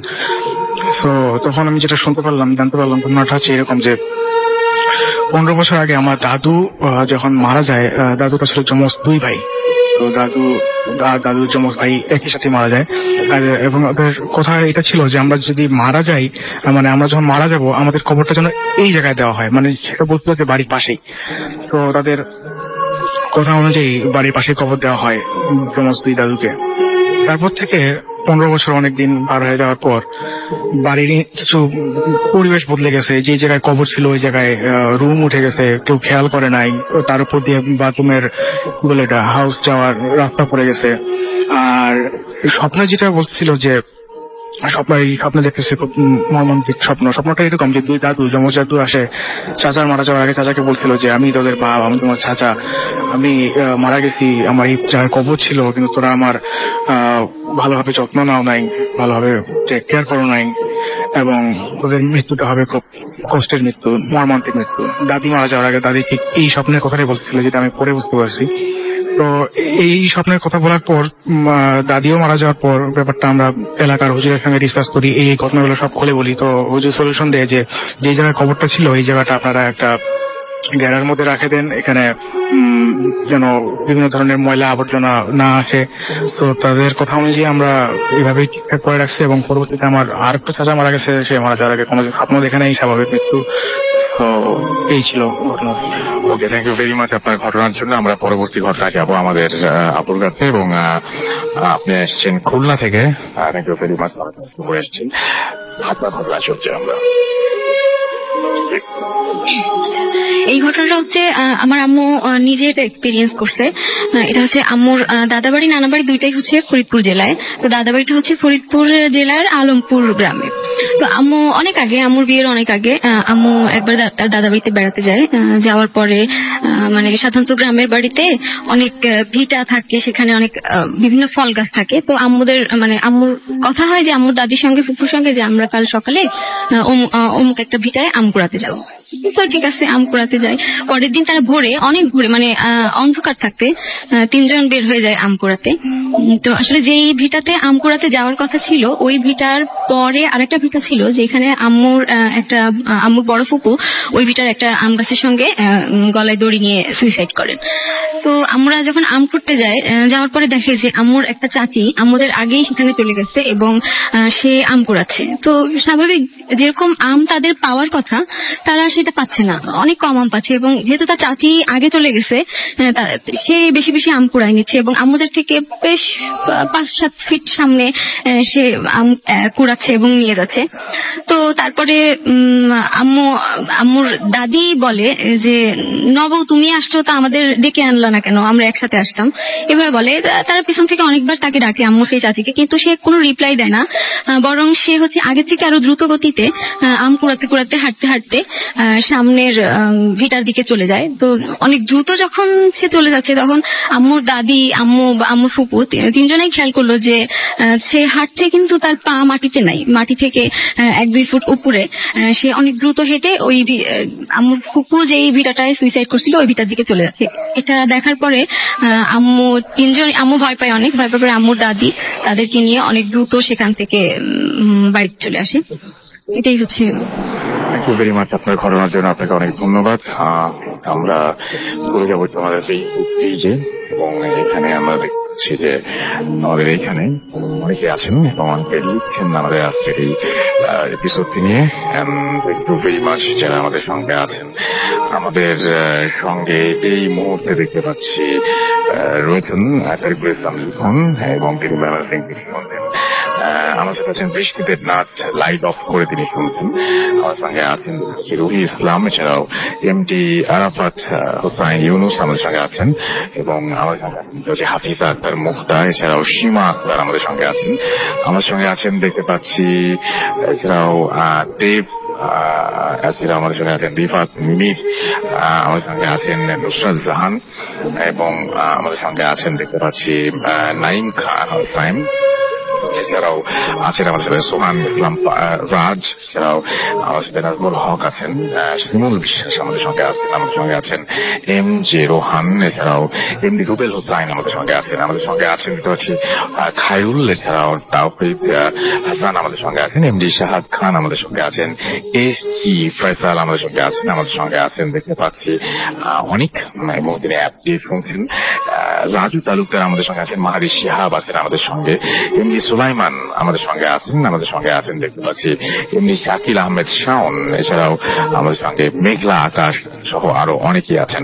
আমাদের সঙ্গে একটা ঘটনা শেয়ার করেছেন আমাদের সঙ্গে আমাদেরই একজন লিসেনার, এবং আমাদের এবং তিনি হচ্ছেন তাহেরা সুলতান।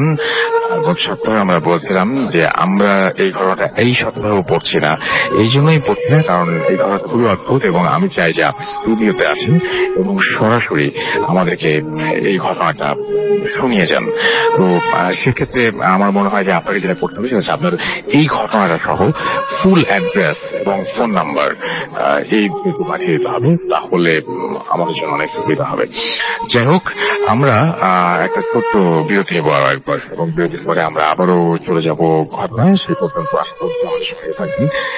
গেস্ট চেঞ্জ করবো, স্টে টিউনড রেডিও ফুর্তি অ্যান্ড ডোন্ট স্টপ ফুর্তি।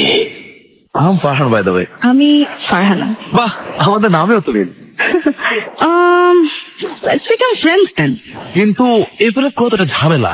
আসলে না, মাইজিপি অ্যাপে এসএনএফ করে যে অনেক সহজে।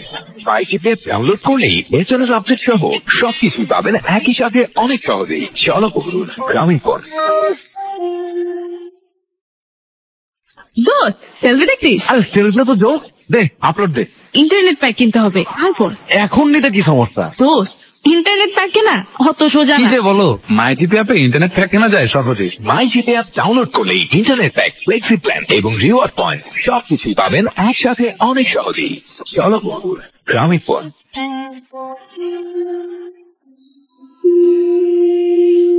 একটা জিনিস বুঝে গেছি, এগিয়ে যাও উড়ে যাও বলা খুব সহজ, কিন্তু সেটার জন্য বাড়তি সুরক্ষা আর কনফিডেন্স লাগে বস। 5 দিন 7 দিনের কথা সবাই বলে, তারপর পিরিয়ড শেষ হয়, কিন্তু ইনফেকশন নিজে যদি ঠিক না থাকি কিছুই ঠিক হয় না। শুধু শুষে নেওয়াটাই যথেষ্ট না, প্রয়োজন সুস্থতা। সাধারণ স্যানিটারি ন্যাপকিনের স্যাঁতস্যাঁতে ভাব অস্বস্তি দেয়, তাই স্যানিটারি আছে ব্রাইভিটেক্স, যা শুষে নেওয়ার পাশাপাশি দেয় 5 গুণ বেশি সুস্থতা এবং ইনফেকশন থেকে কার্যকর সুরক্ষা। আমি ঠিক, তো সব ঠিক। I'm Farhan, by the way. আমি ফারহানা। বাহ, আমাদের নামেও তো মিল। Let's become friends then. কিন্তু এরপরে কতটা ঝামেলা। আসলে না, মাইজিপি অ্যাপে এসএনএফ করে যে অনেক সহজে। মাইজিপি অ্যাপ ডাউনলোড করলেই ওয়েবসাইটের আপডেট সহ সবকিছু পাবেন একই সাথে অনেক সহজেই। চলো করুন গ্রামীণ ফোন। দোস্ত, সেলফি দেখছিস? আরে সেলফিটা তো জোস, দে আপলোড দে। ইন্টারনেট প্যাক কিনতে হবে, তারপর এখন নিতে কি সমস্যা? দোস্ত ইন্টারনেট প্যাক কেনা অত সোজা কি না। যে বলো, মাই জিপি অ্যাপে ইন্টারনেট প্যাক কেনা যায় সহজে। মাই জিপি অ্যাপ ডাউনলোড করলেই ইন্টারনেট প্যাক, ফ্লেক্সি প্ল্যান এবং রিওয়ার্ড পয়েন্ট সবকিছুই পাবেন একসাথে অনেক সহজেই। চলো বন্ধু, গ্রামীণ ফোন।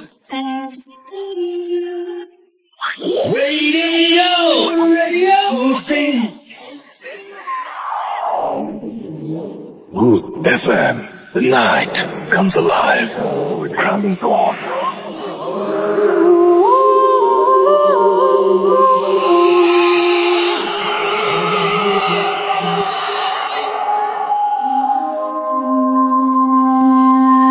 Welcome back. শুনছেন সবসময় বেরি ফুলতে পয়েন্ট এফএম। আমি রাস্তার আছি সাথে এবং আমার সাথে আছে আজকের অতিথিরা এবং আপনাদের সবাইকে আরো একবার স্বাগত জানাচ্ছি প্রথমে। আমরা কোনো কথা না বাড়িয়ে সরাসরি ঘটনায় যেতে চাই এবং আমাদের সঙ্গে আছেন আরো একজন অতিথি। আপনার নামটা প্লিজ একটু বলবেন, তারপরে আপনার ঘটনায় যাবো আমরা। জি, আরেকবার বলতে হবে। লিসেনার্স, আমি প্রসেনজিৎ পালা, আছি বঙ্গবন্ধু শেখ মুজিবুর রহমান বিজ্ঞান ও প্রযুক্তি বিশ্ববিদ্যালয় গোপালগঞ্জ থেকে। আমি সরাসরি ঘটনায় চলে যাচ্ছি। আসলে আমি প্রথমে আমার বড় ভাইয়ের সাথে ঘটনাটা শেয়ার করি। তো আমি বেশিরভাগ সময় মানে লাইফের অর্ধেকটা সময় বাইরে পড়ালেখা করছি। তো অনেকদিন পরে যখন বাড়িতে গেলাম তখন আমার দাদা আমাকে কাজ বলছিল। আমি বলে রাখি, আমাদের ওই সময় যে সময় ধান চাষ হয় তখন আর কি জমিতে সেচ দেওয়া লাগে।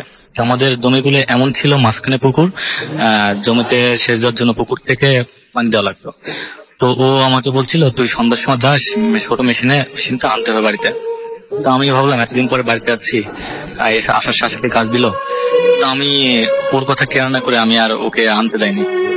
তো সন্ধ্যার পরে ও যখন বাড়িতে ফিরলো তখন আমার বললো তুই গেলি না, এখন চল আমার সাথে যেতে হবে, আর্জেন্ট যেতেই হবে, তুই আমার সাথে না গেলে হবে না। তো আমি গেলাম, যাওয়ার পরে মেশিনটা ওকে তুলে দিয়ে বাড়িতে আসলাম। যখন সন্ধ্যার সময় খেতে বসলাম তখন আমাকে বললো তুই তো গেলি না ওখানে, আজ আমি যা দেখছি তাহলে আমি আর ফিরে আসতাম না। বললাম কি দেখছিস? তখন ও বললো যে আমি যখন ওখানে মেশিনটা মানে খুলে দাঁড়িয়ে আছি তখন আর কি কেউকে তুলে দেওয়ার মতো লোক পাচ্ছি না। তখন কিছুক্ষণ পরে দেখে হয়তো একটা লোক জমির আল যেটা বলে, জমির যেটা পাশ দেওয়া হেঁটে যাচ্ছে। তখন আমি ওনাকে ডাকলাম বারবার, কিন্তু আমার কথা কানে তুললো না। আমি রাসেল ভাই পুকুরটা 20 থেকে 25 হাত হবে। তা দাদা এক পাশে দাঁড়ানো আর ওই লোকটা অপোজিট পার দিয়ে হেঁটে যাচ্ছে। তো আমার দাদা বারবারই ওই লোকটাকে ডাকছে, কিন্তু সে লোকটা শুনছে না। তো এক পর্যায়ে দাদা বলে যে লোকটা কি কানে কালা বা শুনতে পায় না যে আমি ওনাকে বারবার হেল্প করতে বলছি, মানে হেল্প করতেছে না। তখন ও মানে এই কথা বলার পরে মানে খুব মানে রেগে গিয়ে ওই লোকটাকে একটু ডাক দেয়। যখন ওই লোকটাকে রেগে গিয়ে ডাক দেয় তখন দাদার দিক যখন ফিরে তখন দাদা যে দেখছিল যে লোকটা আসলে ভয়ঙ্কর রূপ, একদম বিভৎস চেহারা, চোখ নেই বললেই চলে। ও এটা দেখার সঙ্গে সঙ্গে ওখান থেকে দৌড় দেয়। দৌড়তে পরে কিছু যাওয়ার পর যখন ব্যাক করে তখন দেখে যে ওখানে কিছুই নেই, একদম মানে ফাঁকা। যখন ও আসে বাড়িতে এসে আমাকে নিয়ে তারপর মেশিনটা আনতে যায়। এটা ছিল প্রথম ঘটনা। ওকে, আমরা পরবর্তী ঘটনায় যাবো, তবে তার আগে ফেসবুকে আমরা একটু দেখে আসবো আমাদের পোস্ট গুলো। আর ইন দ্য মিন টাইম আমরা আপনার দ্বিতীয় ঘটনা শুনছি। আপনি একটু আমাদের যে ঘটনা বলেছেন দ্বিতীয় ঘটনাটি আমরা শুনবো। আগে আমরা দেখতে চাই যে আমাদের ফেসবুকে কে কে লিখছেন। ওকে, আমাদের সঙ্গে এই মুহূর্তে আছেন তনজিব হুসাইন এবং কলাবাগান তিনি আছেন এবং তিনি বলছেন জমিদারের ঘটনাটা দারুণ। মারুফ হুসাইন আমাদের সঙ্গে আছেন, তিনি বলছেন ঘুমাতে পারছি না। পারভেজ আমাদের সঙ্গে আছেন দেখতে পাচ্ছি। আমাদের সঙ্গে দেখতে পাচ্ছি মহাসিনা জাহান মুনা আমাদের সঙ্গে আছেন দেখতে পাচ্ছি এই মুহূর্তে। আমাদের সঙ্গে শান্ত পল, এছাড়াও রিয়া মজুমদার আমাদের সঙ্গে আছেন এবং তিনি ইন্ডিয়া থেকে শুনছেন আমাদেরকে। আমাদের সঙ্গে আছেন দেখতে পাচ্ছি হাসিবুল ইসলাম শান্ত, মাধবদী নরসিংদী থেকে তিনি আমাদেরকে শুনছেন। নাসির খান আমাদের সঙ্গে আছেন, দীপ আমাদের সঙ্গে আছেন এমবি ফয়েজ, হাসিবুল ইসলাম শান্ত আমাদের সঙ্গে আছেন তৌফিক উমর, এছাড়া আমাদের সঙ্গে আছেন স্বপ্নীল সরকার, এমডি সৌরভ আমাদের সঙ্গে আছেন। আমাদের সঙ্গে দেখতে পাচ্ছি SI বকুল আছেন, আমাদের সঙ্গে আছেন মেহেদি হোসেন, এছাড়া আমাদের সঙ্গে আছেন আরিফুল হক, আমাদের সঙ্গে আছেন রেমজাস হাসান হাসান সহ আরো অনেকে। আমরা একটা ঘটনা আমরা একটু আপনাদের কাছে সাজেশন চাই। সেই সাজেশনটা হচ্ছে এরকম যে আমরা যদি আরো একদিন কোন একটা কিছু করি প্রদর্শন নিয়ে, আপনারা অনেকেই বলছেন যে প্রদর্শন সপ্তাহে 2 দিন হয়, তো প্রদর্শন না আবার প্রদর্শন টাইপের কোনো কিছু যদি করি সেটা কিভাবে হতে পারে, কখন হতে পারে, কিভাবে হতে পারে, কেমন হতে পারে, কি নিয়ে হতে পারে, কারা সেখানে থাকতে পারেন সেটা জানিয়ে আমাদেরকে ইমিডিয়েটলি আপনারা আমাদেরকে ইমেইল করুন, আমাদেরকে ফেসবুক পেজে গিয়ে লিখুন যে কি করতে পারি আমরা, এবং সেই জন্য যেটা করতে হবে আমাদের অ্যাড্রেসটা আপনাকে মনে রাখতে হবে, এখানে আপনারা চাইলে আপনাদের সাজেশন দিতে পারেন যে কোন সপ্তাহের কোন দিনটিতে আমরা আপনাদের জন্য যেখানে আপনারা এই ঘটনা শেয়ার করুন, আপনারা জানেন মনে করেন আর কি করা যেতে পারে বা কি কন্টেন্টে বা কি হতে পারে, কি বিষয়ে আমরা কথা বলতে পারি, সবকিছু জানিয়ে আমাদেরকে লিখুন। আমরা চলে যাবো আমাদের পরবর্তী অতিথির কাছে। আপনার নামটা প্লিজ একটু বলবেন, তারপর আপনার ঘটনায় যাবো, এবং আপনি কোথা থেকে আসছেন এটা একটু প্লিজ বলে দিন। আমি রনি ধানমন্ডি থেকে এসেছি, দেশের বাড়ি দিনাজপুর। ওকে, আমি আগেই বলছিলাম যে আমার আব্বুর আমার চাচারা যৌথ ফ্যামিলিতে ছিল, যৌথ ফ্যামিলিতে আছে। তো এই যে ঘটনাটা বলতে যাচ্ছি সেটা আমার ছোট চাচার ছেলে রাজু ভাইকে নিয়ে। রাজু ভাই 2006 সালে এসএসসি দেওয়ার পর এসএসসির আগে টেস্ট পরীক্ষা দেওয়ার পর যে ফাঁকা সময়টা ছিল, সেই ফাঁকা সময়ে প্রচুর পড়াশোনা করতো, প্লাস বিকালবেলা করে খালি পায়ে হাঁটে বেড়াইতো। তো এমনই একদিন সে ও তার দুই বন্ধু মানে 3 ভাই মিলে নদীর পাড়ে গেছে ঘুরতে, হাঁটতে। ভালো কথা বলে রাখি, ওই সময় রাজু ভাই খুবই পড়াশোনা করতো, প্লাস নামাজ কালাম 5 ওয়াক্ত পড়তো। তো বিকালে ঘুরতে ঘুরতে হঠাৎ করে তখন যে সন্ধ্যা হয়ে গেছে সেটা আর মাথায় ছিল না রাজু ভাই। তো যখন সন্ধ্যা হয়ে গেছে, মাগরিব আজান পড়ে গেছে, রাজু ভাই চিন্তা করলো যে এখানেই কোথাও নামাজটা পড়ে নেই, নামাজটা কাজা করা ঠিক হবে না। তো বাকি যে ভাইগুলো ছিল ওরা বললো যে না, এই জায়গাটা খুব একটা সেফ না, কষ্ট করে বাসায় যাই, দেরি হয়ে গেল শেষ করে। বলছে না, কাজা করার দরকার নেই, এখানে পড়ে নেই, আমি তোর দরকার হলে যা। ঠিক আছে। তো রাজু ভাই এটা জিনিস লক্ষ্য করে নেই যে যেখানে নামাজ পড়ছিল সেই জায়গায় তার একটু পাশে আর কি নদীর পাড়, আর সেখানে ছিল শ্মশান ঘাট হিন্দুদের। তো রাজু ভাই এটা আসলে খেয়াল করে নেই। তো ওই জায়গায় নামাজ কালাম পড়ে রাজু ভাই বাসায় চলে আসছে। বাসায় আসার পর কিছুক্ষণ পর বাকি স্বাস্থ্য ভাইগুলো মিলে বলছে যে বাজার থেকে ঘুরে আসি। ঠিক আছে, যাই। বাজার যাওয়ার পথে বাজারের আগে ছিল মসজিদ। 3 ভাই মিলে যখন মসজিদ যাচ্ছিল, রাজু ভাই মসজিদের সামনে যায় হঠাৎ করে অন্যরকম আচরণ করা শুরু করলো, স্বাভাবিক থেকে অন্যরকম, যেটা স্বাভাবিক না। যেমন মেয়ের কণ্ঠে বলতেছে যে আমি সামনে আগাবো না, আমি যাব না, তোরা এরকম করতেছিস কেন, আমাকে ছাড়ে দে, আমি ওই জায়গায় যাবো। তো বাকি যে ভাইগুলো ছিল হঠাৎ এগুলো দেখে, এই আচরণ দেখে ভয় পাওয়া যায়, এবং রাজু ভাইকে নিয়ে ব্যাক করে বাসায় আসে। মানুষজন জোরাজোরি হয়ে গেছে যে শুনছে ব্যাপার কি, ঘটনা কি। পাশে যে ওঝা ছিল, খবর দিয়ে আনা হয়েছে। ওঝা আসে দেখে যে এই অবস্থা, উনি বলে যে এটা আসলে জিনে আসর করছে বা ভূতে আসর করছে, ওদের বাসায় যেতে বলে এটা আর কি। তো এটা তাড়ানোর জন্য তুলা রাশি দরকার হবে। তুলা রাশি তো কেমন করে ছাড়া সেটা আমরা জানবো না, তারপরে কি হলো আমাকে সেটা বলা। তো এভাবে তুলা রাশি একজন খোঁজার পর ওকে বিভিন্ন ধরনের করার পর যেভাবে করে আর কি আমরা জানি।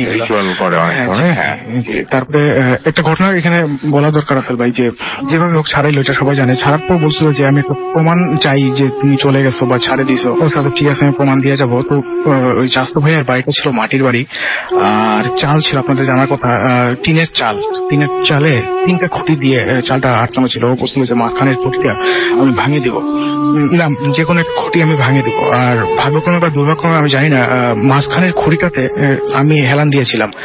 আর হঠাৎ করে যখন স্বাভাবিক আচরণ চলে আসে, ঝট করে মাঝখানে খুঁটিটা ভাঙে যায় এবং পুরা চালটা নিচে পড়ে যেতে চায়। কিন্তু অস্বাভাবিক হলেও সত্য যে আমি সেই দুই হাত দিয়ে পুরো চালটা আটকাইতে সক্ষম হয়েছিল। আর ওদিকে রাজু ভাই মোটামুটি। Thank you very much. আমাদের সাথে আছেন দেখতে পাচ্ছি শাহ মুবিন হপি, এবং তিনি বলছেন যে লিসনিং ফ্রম USA, এবং তিনি লিখছেন সামার ভ্যাকেশন, তাই শুনছি, না হলে স্কুলে চলে শুনতে পারি না। এর নিচে আপনারা বেশ অনেকেই, কেউ সাবাস বলেছেন, কেউ কমেন্ট করেছেন, কেউ থেকে ডাউনলোড করতে হবে।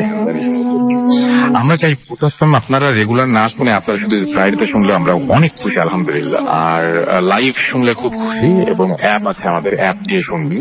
এবং আমরা কোথাও আমাদের প্রোগ্রাম আপলোড করি না, সুতরাং ডাউনলোড যদি করেন সেখানে সাউন্ড কোয়ালিটি বা সবকিছু মিলিয়ে আপনাকে অনেক কম্প্রোমাইজ করতে হবে, আমি সেটা আগেই বলে রাখছি।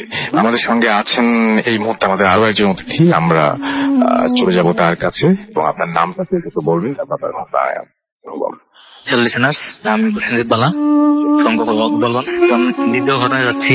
এটা আমার এলাকায় ঘটা একটা ঘটনা। গত বছর উপজেলা মানে ইউনিয়ন পর্যায়ে নির্বাচনের সময় গতবারে তো আসলে আপনি হয়তো জানেন গ্রামে যারা বড় হয় তারা একটা দুষ্টামি করে যে কারো বাড়ি থেকে চুরি করে এনে কিছু খাওয়া দাওয়া অনেক মজার জিনিস।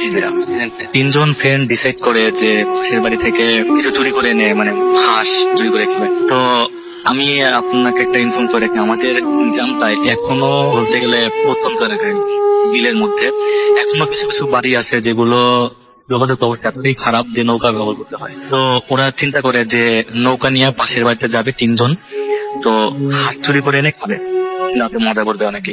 রাত যখন 12টা বেশি বাজে তোরা তিনজন মিলে পাশের বাড়িতে যায়। তো একজন বলে যে তোরা দুজন এখানে বস নৌকায়, আমি যখন নিয়ে আসবো তখন চলে যাবো। ওরা দুজন নৌকায় বসে থাকে এবং ও হাঁস চুরি করতে যায়। কিন্তু ও যখন হাঁস চুরি করতে যায় তখন বাড়ির মালিক টের পেয়ে যায়। বাড়ির মালিক টের পেয়ে গেলে তখন বাড়ির মালিক চোর বলে ধাওয়া দেয়। তো চোর বলে ধাওয়া দিলে তো যে দুজন নৌকায় ছিল ওইজন ওকে রেখে যে চুরি করতে গেছিল ওকে রেখে নৌকাটা নিয়ে চলে যায়। ও কোনো কিছুর সিদ্ধান্ত নেওয়ার আগে ও ভাবে কি আমি তো এখানে থাকলে মার খাবো, তো আমি জলে মানে পানিতে ঝাঁপ দিই। তো পানিতে ঝাঁপ মানে সাঁতার কাটতে থাকে। ও সিদ্ধান্ত নেয় যে বিলের মধ্যে যে পুকুর আছে, পুকুর পাড়, যেখানে পুকুর পাড়ে গিয়ে যা উঠবে। এবং আমরা জানি পুকুর পাড়ে অনেক গাছ থাকে, সেখানে তাল গাছ আছে এবং হিজল গাছ আছে অনেক। তো চিন্তা করে সামনে একটা পুকুর আছে, তো আমি পুকুর পাড়ে গিয়ে উঠবো এবং সকাল হলে ওখান থেকে আমি চলে আসবো যাতে আমাকে কেউ সন্ধান না করতে পারে। ওই পুকুর পাড়ে দিকে উদ্দেশ্য করে রওনা দেয় 7টায় থাকে। যখন পুকুর পাড়ে উঠতে যাবে তখন দেখে যে হিজল গাছের উপর সাদা শাড়ি পরা একটা মেয়ে বসে আছে এবং ও যখন উঠতে যাবে তখন ওকে হাত দিয়ে রাখছে।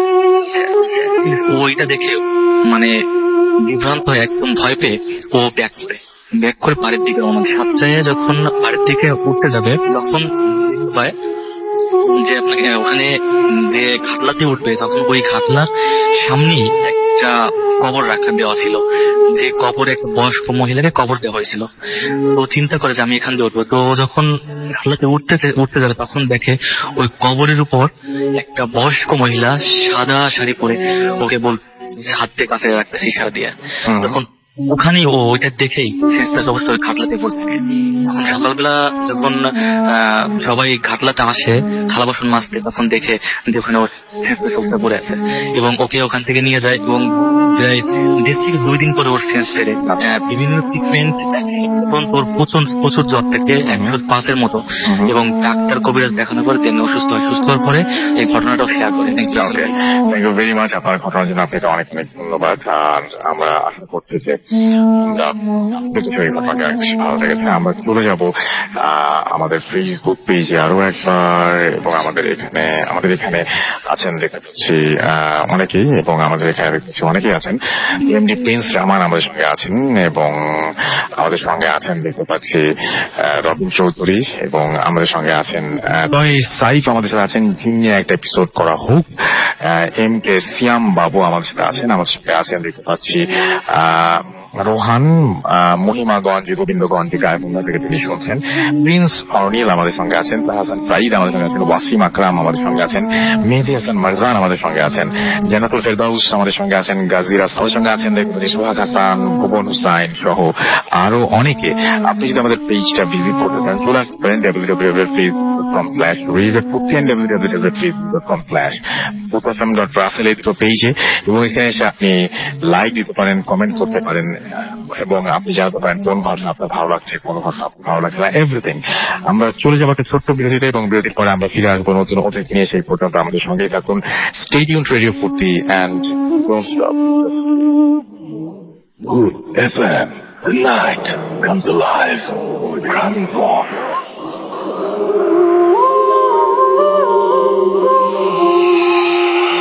Welcome back. শুনছেন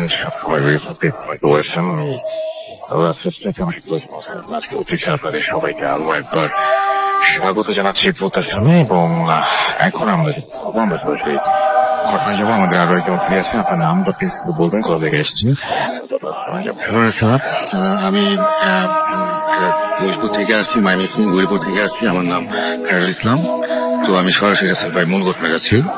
তো আমার ঘটনাটি হলো আমার মামার তো ভাইকে নিয়ে। তো আমার তো ভাই 5-6 মাস আগের ঘটনা। তো আমার মামার বাড়ি নেচারি আপনার নেত্রকোনা জেলা মোহনগঞ্জ উপজেলা বাক্কারগাতি গ্রামে মাটি অঞ্চল। তো আমার মামার তো ভাইয়ের নাম আব্দুল জলিল, তার বয়স 40 থেকে 35 হবে। তো উনি পেশায় একজন কৃষক ছিলেন। তো তার সংসারে তার স্বামী স্ত্রী ছিলেন, তার কোনো সন্তান ছিল না।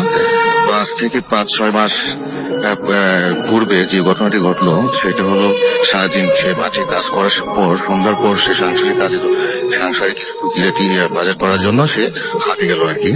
তো বাজারের নামটি ছিল বউবাজার। তো আশা করি মোহনগঞ্জের মানুষ শুনতে পাচ্ছেন, বিষয়টা জানেন। তো বউবাজারে সে যখন পৌঁছায় তখন আনুমানিক মাগরিব পেরিয়ে যায়, সন্ধ্যার মাগরিবের পরে সে রওনা হয়। তো রাসেল ভাই গ্রামের বাজারগুলোর যে অবস্থা সেটা হয়তো আপনি অবগত আছেন যে গ্রামের দোকানগুলোতে আপনার টিভি রাখা হয়, সেখানে চা টিভি শো দেখানো হয়। গ্রামের কৃষক যারা সারাদিন মাঠে কাজ করে তারা দোকানে এসে টিভি শো দেখে এবং চাটা খায়, সময় কাটায়। তো আব্দুল জলিল আমার মামাতো ভাই সে মাগরিবের পরে দোকানে আসে, টিভি শো দেখে কিছুটা সময় কাটায়। তো কাটানে এক পর্যায়ে সে রাত যখন একটু বেশি হয়ে যায় তখন সে বাড়ি ফেরার পথে সে বাজার করবে এই ভেবে সে হাটে যায়। তো কিছু টুকি বাজার করার পরে যখন সে মাছের বাজারে যায় তো বলে রাখে রাসেল ভাই সে ইলিশ মাছের প্রতি প্রচন্ড লোভ ছিল তার।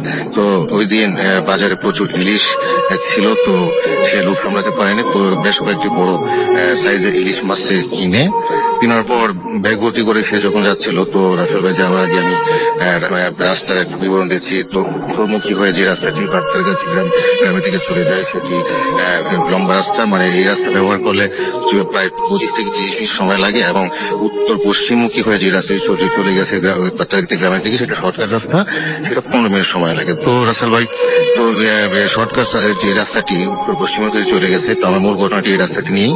তো ওই রাস্তার কিছু দূর যাওয়ার পরে হাতে বাম পাশে, মানে বাজার থেকে ফিরতি পথে হাতে বাম পাশে করে বহুদিনের পরিত্যক্ত একটি শ্মশান ঘাট, তার মধ্যবর্তী স্থানে আছে একটি তাল গাছ, মানে অনেক বড়, আর তার পাশে আছে একটি কবর। তো গ্রামের মানুষের বয়ান অনুযায়ী যেটা আমি জানি যে এখানে সচরাচর মধ্য দুপুর এবং সন্ধ্যার পর কোনো মানুষ যাতায়াত করে না, কারণ এটি তারা যেটা বলে যে এই তাল গাছের মাঝে কোনো একটা অশুভ কোনো অবয়ব থাকে। তো এখানে অলরেডি আমি অত্র এলাকায় 3-4 জনের এরকম ঘটনা ঘটেছে, তারা আপনার এখন পর্যন্ত জীবিত থাকে নাই, মারা গেছে। তো আব্দুল জলিল এই বিষয়টি প্রতি তার ধারণা ছিল, এই ঘটনাগুলো সে জানতো। তো সে একটু আপনার একটু ছিল আর কি, তেরা টাইপের ছিল, মানে এক লোকা ছিল। তো সে এবং সাহসী ছিল। তো ওই দিন সে পড়া করে রাত তখন যখন সে বাজার থেকে ফিরছে তখন আনুমানিক রাত 10টা 30 থেকে 11টা হবে। তো সে যখন চিন্তা করলো সেই শর্টকাট রাস্তাটি ব্যবহার করবে, তো সাহস করে সে যখন গেল, যাওয়ার পরে যখনই এক সময় যখন কবর শ্মশান ঘাট তাল গাছ এবং কবর ক্রস করতে যাবে তখন একটি গরম হাওয়া তার গায়ে এসে লাগলো। তো একটু অস্বস্তি ভোগ করার পর কিছুক্ষণ পর সে থমকে গেল, থমকে চারপাশে একটু নজর দিতে দেওয়া শুরু করলো যে কথা, মানে কোথা থেকে এখন ঝড় বাতাস নেই, হঠাৎ করে গরম একটা হাওয়া লাগলো তার কাছে। আচ্ছা, তারপরে একটা পচা দুর্গন্ধ আসলো তার নাকে। তো সেটা সে সহ্য করতে পারেনি, হাত দিয়ে নাক চেপে সে কোনো মতে যাওয়ার চেষ্টা করতে থাকলো শ্মশান ঘাট এবং কবর পথ করার চেষ্টা করতেছিল, কিন্তু কেমন জানি তার পা এবং শরীর অবশ হয়ে যাচ্ছিল, কোনো অবস্থাতে সে ক্রস করতে পারছিল না। এইভাবে সে বেশ কিছুক্ষণ চেষ্টা করার পরে কোনো এক সময় ঘন্টাখানিক অথবা 30 মিনিটের মতো হবে আর কি, এরকম সে নিজের সাথে নিজে লড়াই করে। তারপরে এক সময় সে কোনো রকম বাড়িতে পৌঁছানোর পর তো তার স্ত্রীকে সব ঘটনা খুলে বলে। তো তখন আমার মামাতো ভাই সুস্থ ছিলেন। তো ওনার স্ত্রী তাকে পানি পড়া এবং যা গ্রামের মহিলারা করে সেটা করে পানি পড়া খাওয়ায়। তো আব্দুল জলিলের অনেক শখ, ইলিশ মাছগুলো সে শখ করে কিনে আনছে, তো আজকে রাত্রি সে খাবে। তো তার স্ত্রীকে বলে, তার স্ত্রী বলে যে আজকে রাত্রে খাওয়া দরকার নেই, সকালে একটু এনে দিই, কিন্তু উনি একটু আগে বলেছে একটু এক প্রকার টাইপের, তো উনি বাধ্য করে তার স্ত্রীকে রান্না করার জন্য। তো ওই দিন মধ্য রাত্রে হয়ে গেছে, 1-1:30 বাজে গেছে, তখন হচ্ছে সেই ইলিশ মাছগুলো রান্না করছে এবং খাইছে। খাওয়ার পরে আসলে ভাই ঘটনাটি এখানে শেষ হতে পারত, কিন্তু ঘটনাটি আর কিছু যোগ করতে হচ্ছে। সেটা হলো সকালবেলা ফজরের পরে আমার ভাই মামাতো ভাই আব্দুল জলিলের অবস্থা শোচনীয় আকার ধারণ করে, মানে তার গায়ে জ্বর আসে এবং রক্ত বমি করতে থাকে এবং আপনার পেট ব্যথা এবং থেমে থেমে আর কি খিঁচুনি আরম্ভ হয়। তখন তিনি ঘাবড়িয়ে যান এবং আমার মামাতো ভাই স্ত্রী তার পরিবারের সবাইকে ডেকে এনে প্রতিষ্ঠিত জ্ঞানে তাদের ঘটনাটা বলে, শেয়ার করে এই ঘটনা হয়েছিল। তো অনেকে বলতেছে তাকে কবিরাজ দেখানোর জন্য এবং ডাক্তার, অনেকে বলতেছে আবার তাকে ডাক্তার দেখানোর জন্য। কিন্তু রাসেল ভাই সব কবিরাজ এবং ডাক্তার সব ধরনের চিকিৎসা করার পরেও আমার মামাতো ভাই 4-5 দিন তারপর মৃত্যুর সাথে পাঞ্জরে অবশেষে মারা যায়। তো এই ছিল রাসেল ভাই ঘটনা। থ্যাংক ইউ ভেরি মাচ আপনার ঘটনার জন্য। আপনাকে অনেক অনেক অনেক অনেক ধন্যবাদ। এবং তার চেয়ে বড় কথা, আপনি গত সপ্তাহে এসেছেন, এই সপ্তাহে এসেছেন এবং ঢাকাতেই অনেকে আসতে পারেন না, কিন্তু আপনি এসেছেন গৌরীপুর থেকে। Thank you very much. আর আমি আরেকটা জিনিস বলতে, যারা আমাদের এখানে স্টুডিওতে আসতে চান এবং ঘটনা শোনাতে চান, তাদের কি করতে হবে? তাদের জাস্ট আমাদেরকে ইমেইল করতে হবে। আমাদের ইমেইল অ্যাড্রেস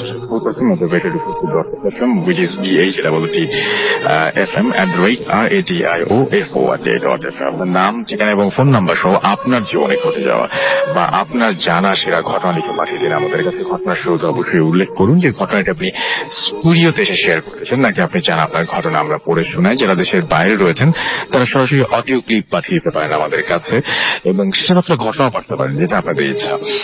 আর আমাদের যারা ফেসবুক কানেক্টেড থাকতে চান, আজকেও আছেন অনেকে, ওদেরকে বলবো যে আপনারা সরাসরি ফেসবুকের পেজে চলে আসতে পারেন। আমাদের ফেসবুক পেজের অ্যাড্রেস www.facebook.com/radio.t অথবা www.facebook.com/প্রথম.রাসেল। আমরা চলে যাব আমাদের আজকের সর্বশেষ ঘটনায় এবং আমাদের একজন অতিথি আছেন, তিনি ঘটনাটা শোনাবেন। আপনার নামটা আরো একবার বলবেন এবং তারপর আমি ঘটনা যাবো। হ্যালো লিসেনার্স, আমি প্রসেনজিৎ পালা, গোপালগঞ্জ। আসলে আমার সাথে একটা ঘটনা আমি শেয়ার করতে চাচ্ছি। তো ঘটনাটা হচ্ছে গত বছর এই বর্ষার দিনে, গত বছর এই সময় আমাদের এলাকায় চোরের একটু উপদ্রব বেড়ে যায়। তো আমি এই বন্ধের সময় আমি বাড়িতে থাকলাম। তো আমি চাইলাম যে ঘরে না ঘুমিয়ে একটু বাইরে, আমাদের এলাকায় কারেন্ট নেই, ছোট করে বলতে পারলে হয়তো দুটো ঘটনায় বলতে পারবো, ছোট ছোট করে। তো আমি পাশে একটা ঘর আছে, একটা কার্যালয় ছোট আমার ঘরের পাশে, তো ওখানে গিয়ে ঘুমাই। তো আমার মা বলে যে তোর খুব খারাপ অবস্থা, তো মোবাইলটা, অ্যান্ড্রয়েড ফোনটা ঘরে রেখে যা, আর যে ছোট মোবাইলটা আছে ওটা নিয়ে যা বাড়ি। তো আমি ওখানে মোবাইলটা রেখে ঘুমাই। আমি ওখানে বর্ণনা দিই, ঘরটা হচ্ছে পাটাতন করা এবং জমি থেকে যে উঁচু একটু, এবং পাশে হচ্ছে খাল, পিছনে ঘরটার পিছনে খাল, ডান পাশে একটা সাঁকো চার এবং চারের সাথে লাগানো একটা জাম গাছ, এবং ঘরটার একটা দরজা আছে এবং চারপাশে খোলা বললে ভুল হবে, এক পাশে মানে আপনার শাটারের মতো যেটা বলে, আর জানলা কোনো নেই, শাটার নেই। তো আমি ওই যেদিকে শাটার ওপেন করা একদম ওইদিকে মাথা দিয়ে, মানে যেদিকে আপনার জাম গাছ ওইদিকে মাথা দিয়ে ঘুমাই।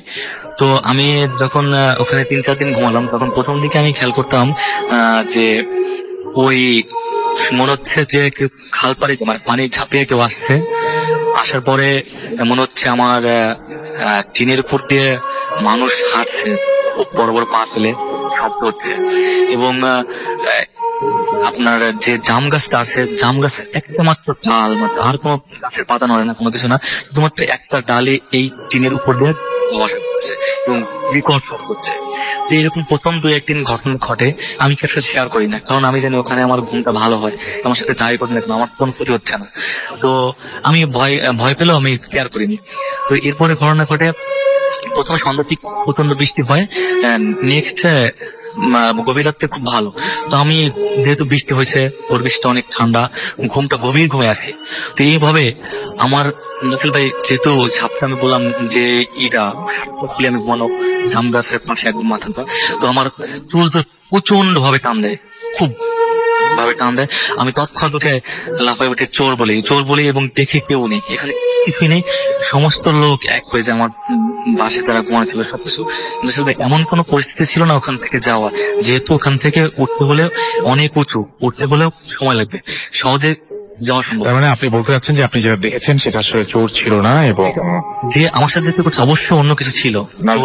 তার দ্রুত ওখানে পালানো কোনোভাবে কোনো উপায় নাই, আপনি যে জায়গায় থাকেন খোঁজাখুঁজির পরেও তাকে পাওয়া যায় না। আপনার কি মনে হয় কি হতে পারে? রাসেল ভাই, আমার জানা মতে আমাদের ওই এলাকায়, আমি বলছিলাম আমাদের খালপাড়িতে, গত বিষয়টা আমি যখন সুপার মাছ আসছিলাম, খালপাড়িতে অনেক মৃত যারা মানে সুইসাইড করে এদেরকে রাখা হয় বেশিরভাগ সময়। এটা অনেক মানুষ জানে আমার এলাকায়, এবং হয়তোবা কোনো আত্মা বা অশরীর হতে পারে, যেহেতু খালপাড়ি ছিল। আচ্ছা, আর আরেকটা ঘটনা বলছিলেন আপনি, সেটা হচ্ছে যে আপনার করে 1 মিনিটের মধ্যে আমার স্টুডেন্টের এক কাজিনের ঘটনা, আমি পড়াচ্ছিলাম তো এই সময় আমার তার কাজিন এসে হাজির হয়। তো ওনার কাছ থেকে শেয়ার করা শোনা ঘটনাটা, ওনার বাড়ি হচ্ছে বাগেরহাটের দিকে, আমি উল্লেখ করছি না কোনো কিছুই। তো ওনার এক ভাইপো আছে ক্লাস 7 পড়ে, নাম জীবন। তো ওর সাথে ঘটনা ঘটে, ও মাঠে খেলতে যায়, মাঠে খেলতে গিয়ে যখন বাড়তে ফিরে তখন আর কি একটা কালো বিড়াল দেখে তার কাছে নিচে বসে আছে। তো যেহেতু একটু দুষ্ট টাইপের ছেলে, ও বিড়ালটাকে লাথি মারার পরে বিড়ালটা তাল গাছের উপরে চলে যায়। তো যখন যাওয়ার পরে দেখে বিড়ালটা ওখানে নেই। তো বাসায় এসে ও কেউ কিছু না বলে ও স্বাভাবিক হয়ে থাকে। একদিন পরে ও আর কি বলে ওর ফ্যামিলির সবাইকে যে আমাকে ওর বাড়ির পাশে একটা আপনি হিজল গাছ আছে, হিজল গাছ থেকে আমাকে কেউ নিয়ে যাচ্ছে এই কথাটা শেয়ার করে। তো এরপরে ও অস্বাভাবিকভাবে আচরণ করে, এবং ওকে কেউ ধরে রাখতে পারে না, দৌড় দিয়ে ঘর থেকে চলে যায়। এবং কেউ যদি ওকে ধরে নিয়ে আসে তারপরে ও অনেক তার সাথে খারাপ বিহেভ করে, মারধর করে। তো 2-1 দিন ভালো থাকার পরেও দেখা যাচ্ছে ওর সাথে ঘটে আর এক রকম ঘটনা, যে ও সাপ দেখে ওকে সাপে দংশন করে, কিন্তু ওর সাথে যে থাকবে সে সাপ দেখবে না, কিন্তু তাকে সাপে দংশন করে সাপে কাটার আঘাত পাবে এবং তাকে ওর সাথে বীজ ছাড়াতে হবে। তো ওই আমার সাথে যে লোকটা ঘটনা শেয়ার করছে উনি বললো যে ওর এই ভাইপোকে নিয়ে মাঠে গরু চড়াতে গেছে। তো ওর কাকাকে বলছে কাকা সাপ, কিন্তু ও কোনো সাপ, ওর কাকা কোনো সাপ দেখে নেই, কিন্তু ওকে সাপে দংশন করছে এবং সাপে কাটার চিহ্নটাও আছে, এবং ওষা দিয়ে সাপ বীজ নামানো হয়েছে। এবং একটা ঘটনা বলি, যে একটা ক্লাস 7 পড়ার ছেলে, ও একটা বড় গরু, যেটা বলে গরুকে একাই দুর্বল করে ফেলছে, এবং একে বিভিন্ন ঝাড়ফুঁক করা হয়েছে, অনেক কভারেজ দেখানো হয়েছে, কোনোভাবে ভালো করা হয় নাই। সর্বশেষ ভাবে গোপালগঞ্জ আমার সাথে কথাগুলো শেয়ার করে। থ্যাংক ইউ সো মাচ, আপনাকে অনেক ধন্যবাদ। আমি দেখতে পাচ্ছি মনজুর ইসলাম আমাদের বলছেন যে আমরা গিয়েছিলাম এক ভৌতিক পরিত্যক্ত গ্রামে। এই গ্রামের ভেতর যারা প্রবেশ করে প্যারানরমাল ঘটনা প্রত্যক্ষ করে। এই গ্রাম দিয়ে একটি পরিত্যক্ত রেল লাইন চলে গেছে, এছাড়া ওই গ্রামে একটি কবরস্থান ও একটি হন্টেড বাড়ি রয়েছে। দিনের বেলাতে এই এলাকার মানুষজন আসতে চায় না। আমরা আজ নিজের চোখে দেখার জন্য এই বিষয়ে সেখানে গিয়েছিলাম, এবং তিনি লিখছেন আরো অনেক কিছু, এবং তিনি বলছেন এই সময় পেলে সেগুলো শেয়ার করবেন। আল্লাহ আপনাকে সময় পাওয়ার সুযোগ করিয়ে দিক, সেটাই চাইবো আর কি, কারণ আমরা ঘটনা চাই, এবং এই ঘটনাটা যদি আপনারা পাঠাতে চান তাহলে যে আমাদের ইমেল অ্যাড্রেস মনে রাখবে। আমাদের ইমেল অ্যাড্রেস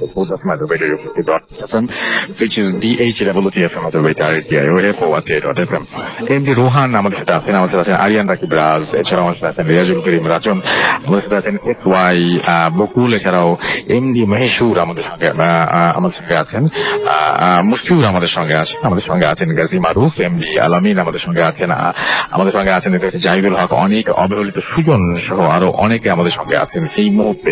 এছাড়াও আছেন দেখতে পাচ্ছি আমাদের সঙ্গে রাউফ ইসলাম রাজশাহী থেকে, আমাদের সঙ্গে আছেন দেখতে পাচ্ছি রাইজা চৌধুরী আমাদের সঙ্গে আছেন, এছাড়াও দেখতে পাচ্ছি এই মুহূর্তে ফয়সাল আহমেদ বাপ্পি অজানা পথের পথিক আমাদের সঙ্গে আছেন, সোহানুর রহমান আমাদের সঙ্গে আছেন আহমেদ সাইন জয় আমাদের সঙ্গে আছেন, উমর আমাদের সঙ্গে আছেন, মেজবা মাহিবুল্লাহ জামান। অনেকের নাম অনেক অন্যরকম বলে আমরা অনেকের লেখা এভয়েড করে যাই, সুতরাং নামগুলো আপনারা যেটা অরিজিনাল নাম সেই নামটা দিলে সবচেয়ে বেশি ভালো হয়।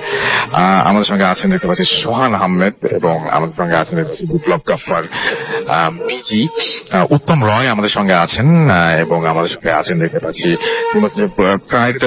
ঠিক আছে সাগর ভট্টাচার্য আমাদের সঙ্গে আছেন হাওড়া ইন্ডিয়া থেকে, এছাড়া আমাদের সঙ্গে আছেন উত্তম, আমাদের সঙ্গে আছেন অ্যাঞ্জেল মুক্তা চিটাগং থেকে শুনছেন তিনি এই মুহূর্তে আমাদেরকে।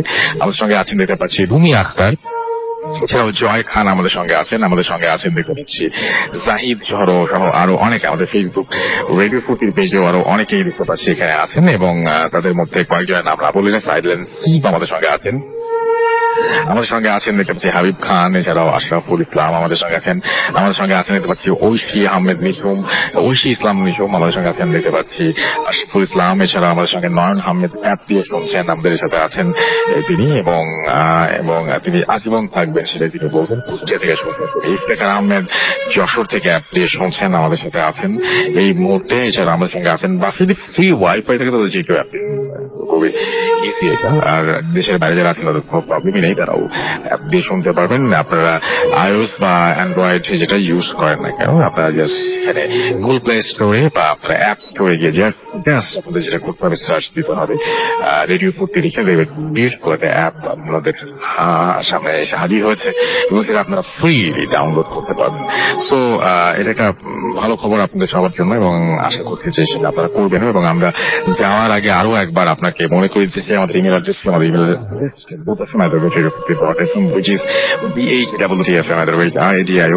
BHWTFM, আপনার নাম, ঠিকানা এবং ফোন নম্বর সহ আপনার জীবনে ঘটে যাওয়া সেটা ঘটনাটা পাঠিয়ে আমাদের কাছে ঘটনা শুরুটা অবশ্যই উল্লেখ করুন। ঘটনাটি আপনারা স্টুডিওতে শেয়ার করতে চান নাকি আপনারা চান আপনার ঘটনা আমরা পড়ে শোনাই। আজকের মতো এখানে শেষ করছি, কথা হবে আবারও আগামী সপ্তাহে। সেই পর্যন্ত সবাই ভালো থাকুন, সুস্থ থাকুন, মোস্ট ইম্পর্টেন্টলি সুস্থ থাকুন। আজকের মতো শেষ করুন।